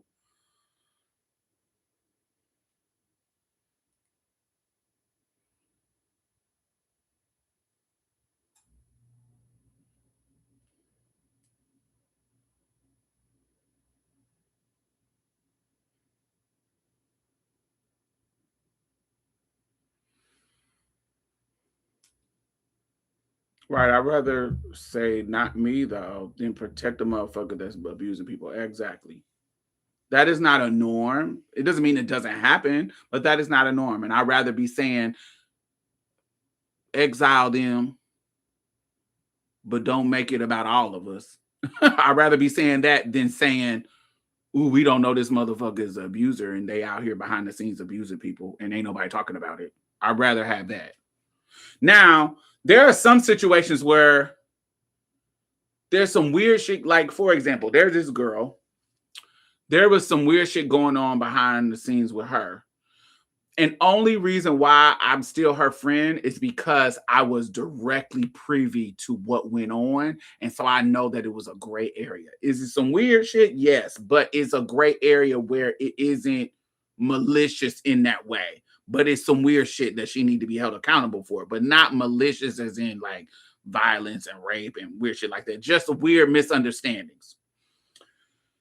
And so, and this is from the victim standpoint, not just me assuming. They came to me about it, so it wasn't a situation. And so because they came to me directly and told me about it, I knew way more details about the scenario than the public. So when it started to be public, people were saying that they were talking about it almost like she was a predator, like rapey predator, and that actually wasn't the scenario or the situation. It was just inappropriate, like inappropriate inappropriate, not because of coercion, but because of miscommunication. If that makes sense, like it could be a situation where we both agreed to this, but there was some miscommunication happening with the scenario. Um, um, So let me give y'all the example, one of the examples, so y'all can understand what I'm talking about. Two adults are drinking, and they both consent to having sex while drunk. They both are drinking. They both admit to consenting to sex the night that they're drinking. Both of them. Both drinking, both consent. Are we clear? I want to make sure y'all clear on what I'm saying. Both drinking, not one drinking, both drinking, both consenting. The next morning, one of them has buyer's remorse. One of them regrets doing it and doesn't really want it to be discussed outside of them. So they want to have a conversation with the person about it. And so they come to Diamond and say, "Hey, this is what happened last night, and I would love for you to mediate a conversation between me and the person, because I don't want her to kind of be tripping on me. I want somebody there so we can have the conversation about what happened. It was consensual. I'm telling you, it's consensual. We both consented, but in the morning I kind of felt weird about it, and I want to talk about it to her, and I want there to be a mediator." And so, great. When I was like, okay, well, let's talk about it. Let's deal with it. Now, that's on a personal level with person to person to person. Okay. But I also was in a situation where this is a professional situation. So we're in an organization, and we have had this similar, not the same exact situation. It didn't involve sex, but this particular person kept being kind of too flirty, too aggressive with people. And so we had to write her up and tell her, girl, you being too aggressive in this work environment. We on some HR shit. You being too flirty and people are complaining about you. So don't do that anymore, or we're going to have to write you up. Fast forward to this guy coming telling me at a work situation that this happened. Now, he's not saying that she did anything wrong. He's not saying that it was coerced. He's not saying anything like that. He just wants me as a trusted community member to facilitate the healthy conversation between the two so they can understand, can you please not talk about this to people? Can you not spread this as a rumor that we hooked up, blah, blah, blah, blah. That was his position. Got it? So we go to her. I go to her. So there's two things that needs to happen. I want to facilitate the conversation, but I also, ma'am, we wrote you up about this and we told you if you do anything with the patrons during a work shit, you gonna be suspended. We told you this, and I'm on the board of the org that we talking about. So, sweetie, this is not what you're supposed to be doing. Do you see what I'm saying? Like, I'm in a position as a professional and a position as a community leader. So this person says he wants to facilitate the conversation. Great. But also, I'm in this org and you doing inappropriate shit that you're not supposed to be doing. And we already wrote you up before. So y'all get the position that I'm in. So we already done wrote you up before and told you not to do this shit. And here you go again doing some weird ass shit. You shouldn't be hooking up with people while you at work. You shouldn't be doing this.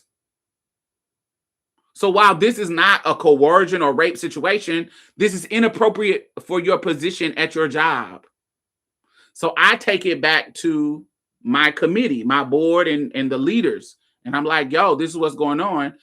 And they are like, oh, no, she needs to be fired. And we need to call the police. What? The fuck are y'all talking about? So I'm like, first of all, relax. Y'all taking it too far because the victim ain't a victim. They're not saying that she did something wrong. She just want to have a conversation. He just wants to have a conversation. Y'all are taking it too far. And because they're taking it too far, the girl who is the perpetrator is like, what? This was consensual. What are you talking about? I didn't. Now she's responding to the situation like he said that she raped him, when that wasn't anywhere near the language. That was not anywhere near the situation, because the group is now, oh my God, we told you were being creepy. And they turned it into this big old thing. So I'm there as the mediator saying, y'all are going too far. Y'all are going too far, baby. Y'all are going too far. Yes. Does there need to be some consequences? Yes. But you threatening to call the police, bitch, calm the fuck down. That's against my politics. We not calling no fucking police. That's late. Especially in this scenario. Now, if it was another scenario, girl, I'm not calling police. But if y'all decide to do it, that's on y'all. But in this scenario, I'm against calling the police because this is not that serious. And the victim tells me that this is not that serious. And I'm the type of person that listens to the victim. So the victim is saying this ain't that situation. So we facilitate the conversation. I tell her to calm down. He didn't say that you took it. Relax. He didn't say that you took it or that it wasn't consensual. Relax, bitch. Let's have the conversation. We had the conversation. Then we come back to the work conversation. So we had the mediated conversation between the victim and the perpetrator. And only the conversation was just about, can you keep your mouth shut about this? This wasn't something that I really wanted. I consented to it and I want it to happen in the moment. But now that I wake up the next morning in your hotel room, I regret it and don't like that it happened. But it was consensual and it wasn't forced. But I don't want people knowing that we mess around. So let's not let's keep this between us. That's basically what the conversation was. And so now that that's taken care of, now we still have to have the conversation, the work conversation. What's the consequences of you doing what we told you not to do during your work time? Now everybody else wants to fire you. I say, no.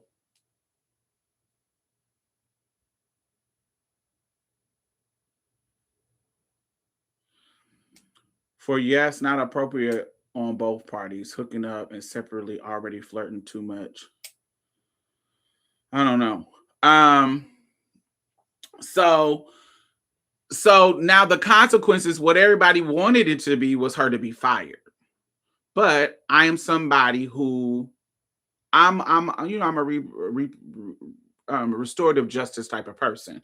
And being that there's a line for me. If you're violent and you are actually forcing somebody on some weird pedophile shit, or not pedophile, or like weird manipulative rapey stuff, for me the line, if you're doing that,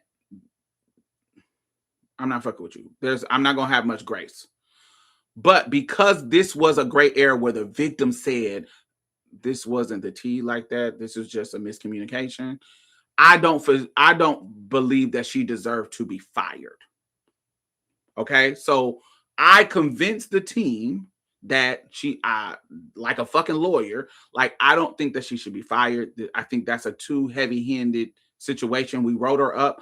Let's do this. Let's suspend her for a year, not from the event, because this is a situation where there's only one event. It's not like a throughout the year type of job. Let's suspend her from the event. Let's pay for her to get some counseling that specifies in talking about consent, what that looks like, and inappropriate, all the shit she needs to learn about job and inappropriate sexual activity and behavior at a job. And just you need a refresher on some things about work and professionalism and da da da da. Let's pay for her 4 sessions at a counselor, a therapist around that. Let's see if she got some shit going on that we may not know about, and we pay for it as an order. Everybody agreed that was appropriate. It was, everybody thought it was fair. They agreed. So that was the agreement. By the time she's suspended. By the time we get to the next year, she refuses to do the therapy. She refuses to do the sessions. She refuses. So being that was the restorative plan that you didn't follow, she had to be fired. She had to be let go. And so that's what happened in the scenario. And so for me, did the guy get the same classes? No, because he didn't work for us. Why would we need to give him classes? That's his responsibility. He was a patron. He didn't work for us. She did. It would be different if they all were employees, then that would be appropriate. But he wasn't an employee. She was. So there's a difference in how we have to handle and our responsibility in the scenario, because one works for us and one does not. If they both didn't work for us, we wouldn't have had any of these conversations, because this is 2 grown adults dealing with what they should. It would have just been me mediating it. It wouldn't have been a work situation at all. You feel what I'm saying? Like, it wouldn't have been if it was just 2 patrons, I wouldn't even have to be involved other than this community member is asking me to mediate it. But because I was a part of the board of the organization, that puts me in two different positions as a person in community and as a person at this organization. And I'm seeing that she's doing something inappropriate. So we have to handle this situation. And so yeah, he was a patron. So we couldn't really say nothing to him because we couldn't require him to do nothing. So yeah. And so I brought that up because I am still friends with her because her situation was a gray area. Do you see what I'm saying? I knew she didn't maliciously abuse or harm anybody, even though that's the consensus her, of the rumor. Do you see what I'm saying? And because this was a job situation, it's not now. Um, um, because this was a job situation, it wasn't something that I could talk about in that way. You see what I'm saying? I couldn't nip the rumors in the butt because it will be talking about like the victim didn't wanted to know. Do you see what I'm saying? That's why now I'm not really saying any names, but that's kind of like how it was. You feel what I'm saying? Like you couldn't the rumor had already spread that it was on some predatory shit, but that wasn't what happened. And we really couldn't talk about it. And so I was still able to be her friend. I was still able to be cool with her because I knew the details of what went on. I knew that it wasn't on some predatory shit. That she wasn't on no predatory shit. She was on some horny freaky frog. Horny freaky frog. Like, ooh, this fine ass nigga want to give me some of that hot tranny puss. And he want to do it. I want to do it. Let's do it.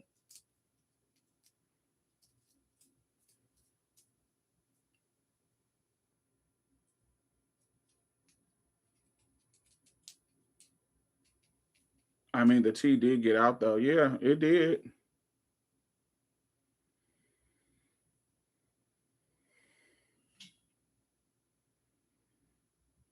It did. And then another situation with a total different person that was similar to that um happens the next year. Total different person, different people, but a very similar gray area type of situation where it was like, ooh, this ain't got nothing to do with lack of consent. It had a little bit of consent, but not like a forced. So yeah, there's just a bunch of weird shit. That's why I don't be. So I don't. The whole point I'm telling this is because you asked about the T for T, talking about it publicly. I think that it's okay to talk about it publicly. I think that we need to be more worried about stopping harmful behavior than worried about the effects it will have on community.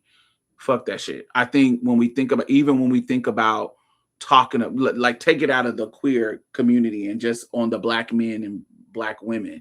A lot of times because we want to protect the black man and we don't want them to look bad, we don't call them out on the shit that they are doing to harm our community. When we talk about abuse, when we talk about intimate partner violence, and they love to use racism as a shield, or they love to say, well, when the white men do it, blah, blah, fuck them. I don't give a fuck about what the white man is doing. We're talking about you. We are in more proximity to your harm because we're in community with you. So we're calling you out on your shit. Stop trying to deflect it on the white man. We don't care about him. And we can't be silent about it anymore. Just on the strength of we don't want to make the black man look bad. No, fuck that. That secrecy is what puts us in harm's way. So we need to talk about it, regardless of that bullshit that you're talking. No. And I think of it that way too. So if you out here being harmful and you out here doing inappropriate shit, baby, call them out. Don't be scared to call him out.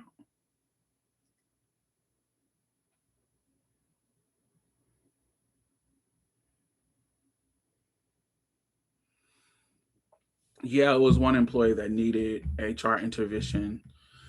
This makes sense. It sucks she didn't just take the refresher classes to continue working. It's just interesting that the guy brought it to her work. Mm. Are you talking about the situation that I just described, or you talk about a scenario that you described?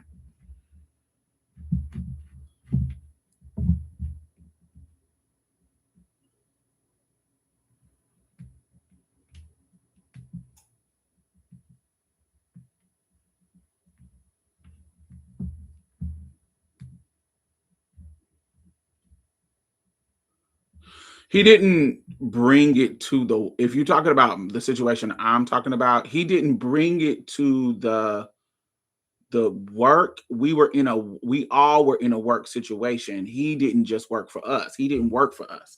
We were in a collaborative where a bunch of organizations was present, and you know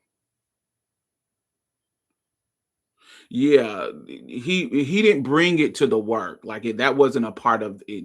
It happened at a work situation, but he didn't work for our organization. He worked for a separate situation. So he brought it to me because I'm Diamond and people trust me in community. I have a reputation that's positive. And so he felt like I can bring it to her and she is going to understand, which was true.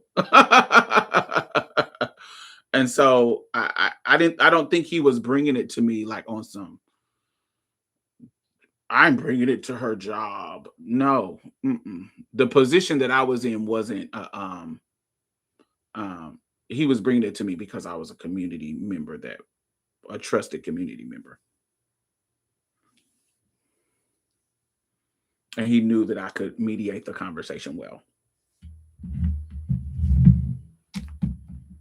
which we did. We once people stopped tripping about the details.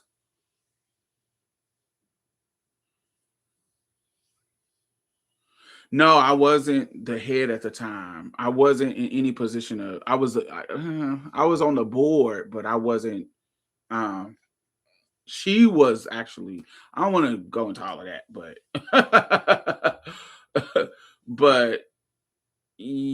I wasn't the head. I was on the board though. So, which is kind of the head, kind of, but it was a group of us. It wasn't just me. Um, yeah.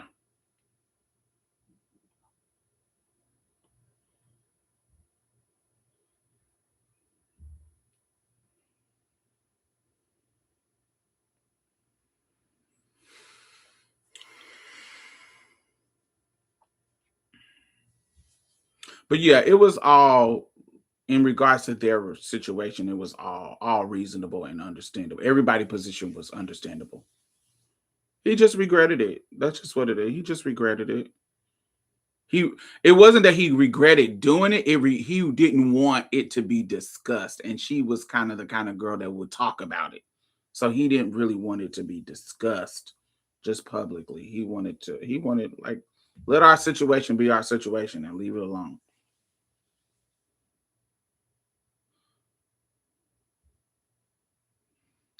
He was very if I was not drinking, I wouldn't let my horny freaky toad wanting to fuck self come out because I know you have a history of running your mouth.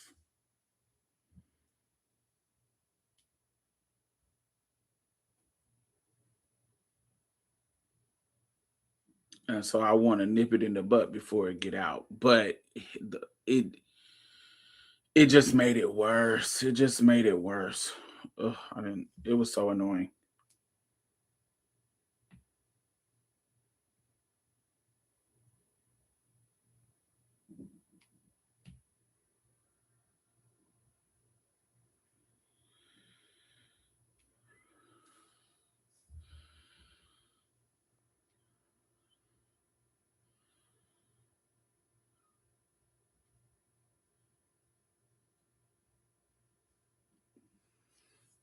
Just shame. Some trans men be shamed that they want to get plunged. They want to be real niggas and talk to cisgender girls, and then when they get horny, that testosterone get hype, and they letting motherfuckers bang their box. They get like, oh, I don't want people to know that I was getting banged from the back. Oh no, that gives me dysphoria, and I don't want people to talk about it. That's how I took it.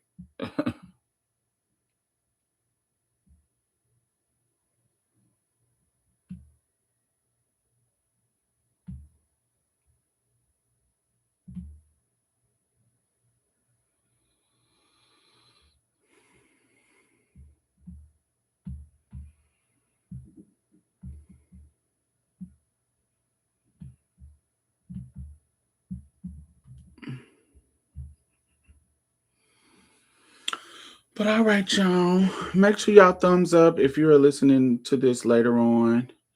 I'm about to get up out of here and play my video game. Play Elder Scrolls Online. I got some bosses to beat and some asses to kill in PvP because I just hit a new rank and I want to show people who's boss. I got a couple arguments with trans men, especially on them TikTok lives. They are so misogynistic and transphobic. Yeah, they got problematic shit too. And I think me and Jay kind of clash on our show about some elements of this. Um, because my experience, I've had some creepy ass trans men try to wear me out. Now that they move with me very inappropriately. Now, of course, I don't let nobody touch my body without my permission. And, there's a certain level of, bitch, I'll beat your ass. Stop playing with me. So it never went that far, but I have been in compromised, inappropriate, disgusting scenarios with trans men where they were trying to push the envelope or be weird. And so, I don't, you know, I don't just put it on trans women. Just I think there's a level because trans women have a dick. Some of them there's a level of misandry, that kind of turfy level misandry, that kind of residual or shines its direction from lesbian and trans men in the direction of trans women because of the trauma that they may have experienced. And I think it can be weird. And so sometimes I don't be liking have the conversation because sometimes when I bring some of the stuff up, like what about this? It feels like I am invalidating certain situations that I know happen. And so I don't even like to have the conversation. I like to give a platform for the conversation, but I don't like to be involved in it because it makes me side eye. And I don't like being the person side eyeing victim story. But there is a level of trans misogyny and turfy shit going on under there, and I don't like it.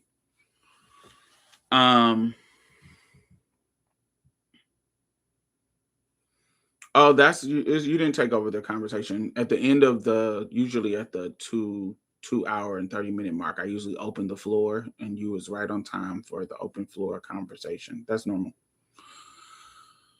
Um, yes, I do play ESO, and I'm really enjoying the night market, the new event zone, the night market. I'm living for it. I got one more brazier to kill, which is Merc Light, and for some reason, don't nobody kill it. Don't nobody go over there to kill it, and it's so strong I can't kill it by myself. So it's meant to be strong for you because this area is meant for you to play with a group. But every time I'm over there, nobody's over there fighting it, and it's the last one out of the whole fucking.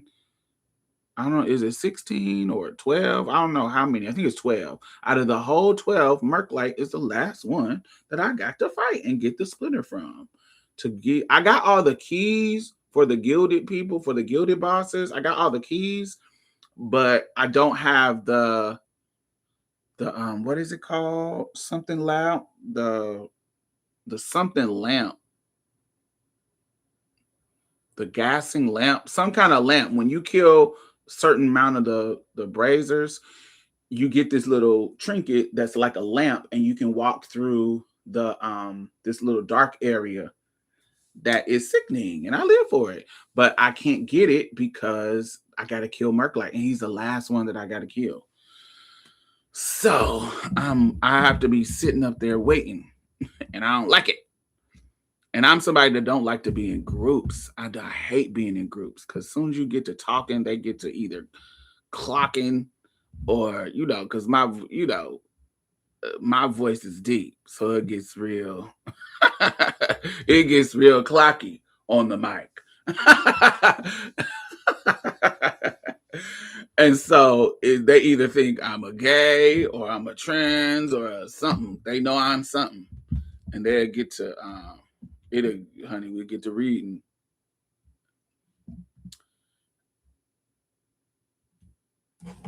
Now, sometimes I get in the group and don't start my mic, and then it'll be cool. But sometimes the groups don't be on no fucking they don't be want to do what I need them to do. It's this area called the Parch.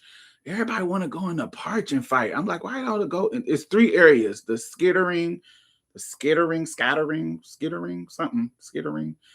sorrow, and then the Parch. The Parch is like sand and it's like dry. That's why it's called Parch, like parch, no water. Parch. And then the sorrow, it got like ghosts. It's dark. It's it's ghosty kind of dark shit. And so they always going in the fucking Parch. I don't like the Parch. They need to go in the sorrow. I need to get Merklite. But yeah, that's where I'm at. But yes, I play ESO. But I also play PvP ESO, which is in like Cyrodiil and Imperial City. I like Cyrodiil because I'm a range person. So I like to be in the cut, sniping the motherfucker. Or watch them fighting somebody else, and then I'm coming in when they motherfucking energy low and bap them. Bop, bop. And then steal the kill. Pop, pop, out of here. Or I'm up in a tree or something. Like I'm on top of something and they can't see me. Pop, pop. That's my favorite thing to do. Sneak a motherfucker. Yeah, the mic as a queer or trans person is quite always iffy. Yes, child. Which was fun when Brandon was alive because me and Brandon would just be in there together, and it just turned into a whole kiki where we're reading people, or Brandon's on the mic asking the straight boys inappropriate gay ass questions. Brandon will be talking to the straight boys like, so are your boxers clean? Like currently, right now, are they clean or are they musty? Is your balls musty as you sit there playing the game? And the straight boys would be like, wait, bro, pause. Why are you asking these weird ass questions? And it would just be funny. It would be a kiki. That's why I live for Brandon to be another game, because he would add so much entertainment. And the gag is we're good. That's also the gag. Like we're good. So it's not like we suck and you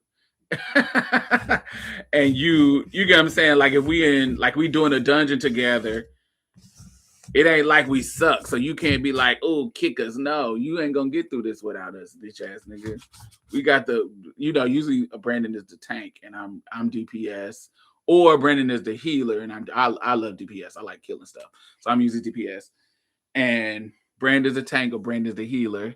And so you ain't gonna find nobody like us that got all the, we got all golded out shit. We got all the top tier equipment because we done did the trials. We done did everything where our equipment is top tier. We got the best shit. So if you want to win this dungeon on vet mode, hard mode, no kills, no deaths. Like you trying to do something that gets you something sickening.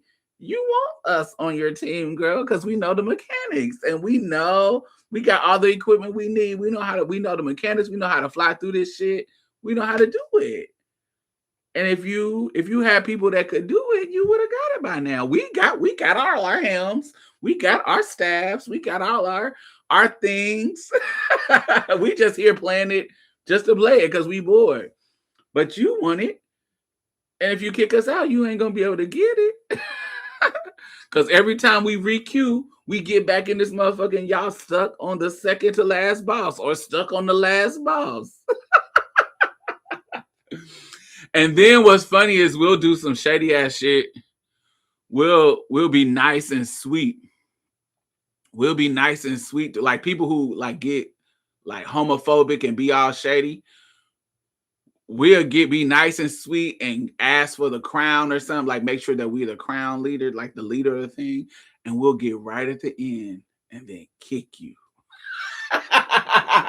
You did all this work to get this thing and you still not getting it. We kicking you out the group right as soon as we get to the end. They will be in our inbox cussing us out. Oh, they will be cussing us out over it.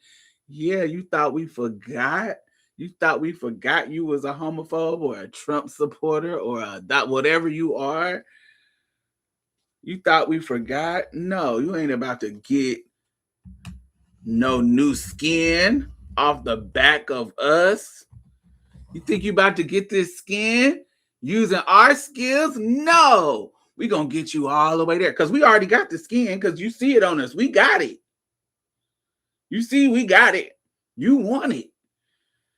But you didn't know. You came into this group and we heard you and we heard you calling people the F word and the N word and with the hard R and you thought we was gonna let it slide. We would get them all the way to the end, acting like we didn't hear them or forgot or whatever. Okay, we're gonna get all the way to the end, and then boot, boot, and they did all this hard work. At the end of the trial, boot. And we can bring some of our friends in and they can do the end of the trial and get the skin if they want. Somebody else or some newbie that is nice and sweet. Some girl that y'all don't want to play with. Yes, ma'am. We'll wear it out. Get into it.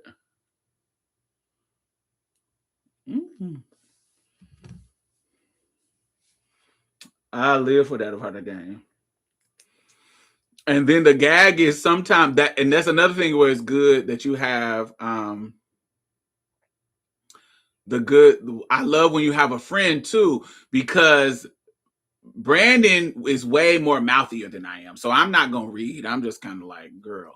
But what'll happen is they'll get shady and try to kick Brandon, but I'm still in the group. And because sometimes when you kick the person, whoever is the lead, sometimes the lead can get to me or whatever. Sometimes I will end up being the lead and I have the control. And then, oh, y'all kick my friend out. I'm going to kick y'all out. now y'all getting kicked. Because now I got the crown. So I'm out of here. And then I can kick y'all and then re-invite him back. Bye. Bye-bye. You know that's my brother, right? Sorry, babe. That didn't work out for you today. And Brandon was a rage player, so Brandon will rage out on you quick. He was known. His name on this is how you knew he was a mess. His username was Bossy Sissy. And that described him perfectly. He gonna read you if you're not doing the mechanics right. He gonna read you if you're not doing enough DPS. He gonna read you if you're not doing enough healing. He gonna read and rage. Read and rage, baby. And not in a nice way. What the fuck is this? Are y'all killing anything? What are you hitting people with? Pillows?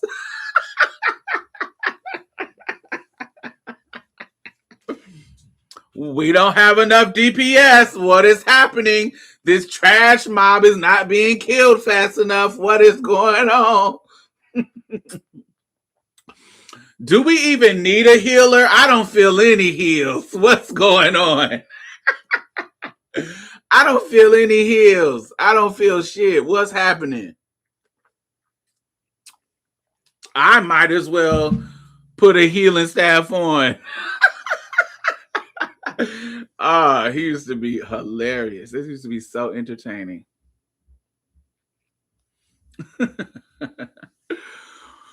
All right, y'all. Well, anyway, I'm out of here. Thumbs up if you come into the end. I will see y'all. I don't know. Am I going to go live tomorrow? I don't know. If I have something to talk about, I'll go live tomorrow. But I will see y'all. Enjoy your night. Mwah.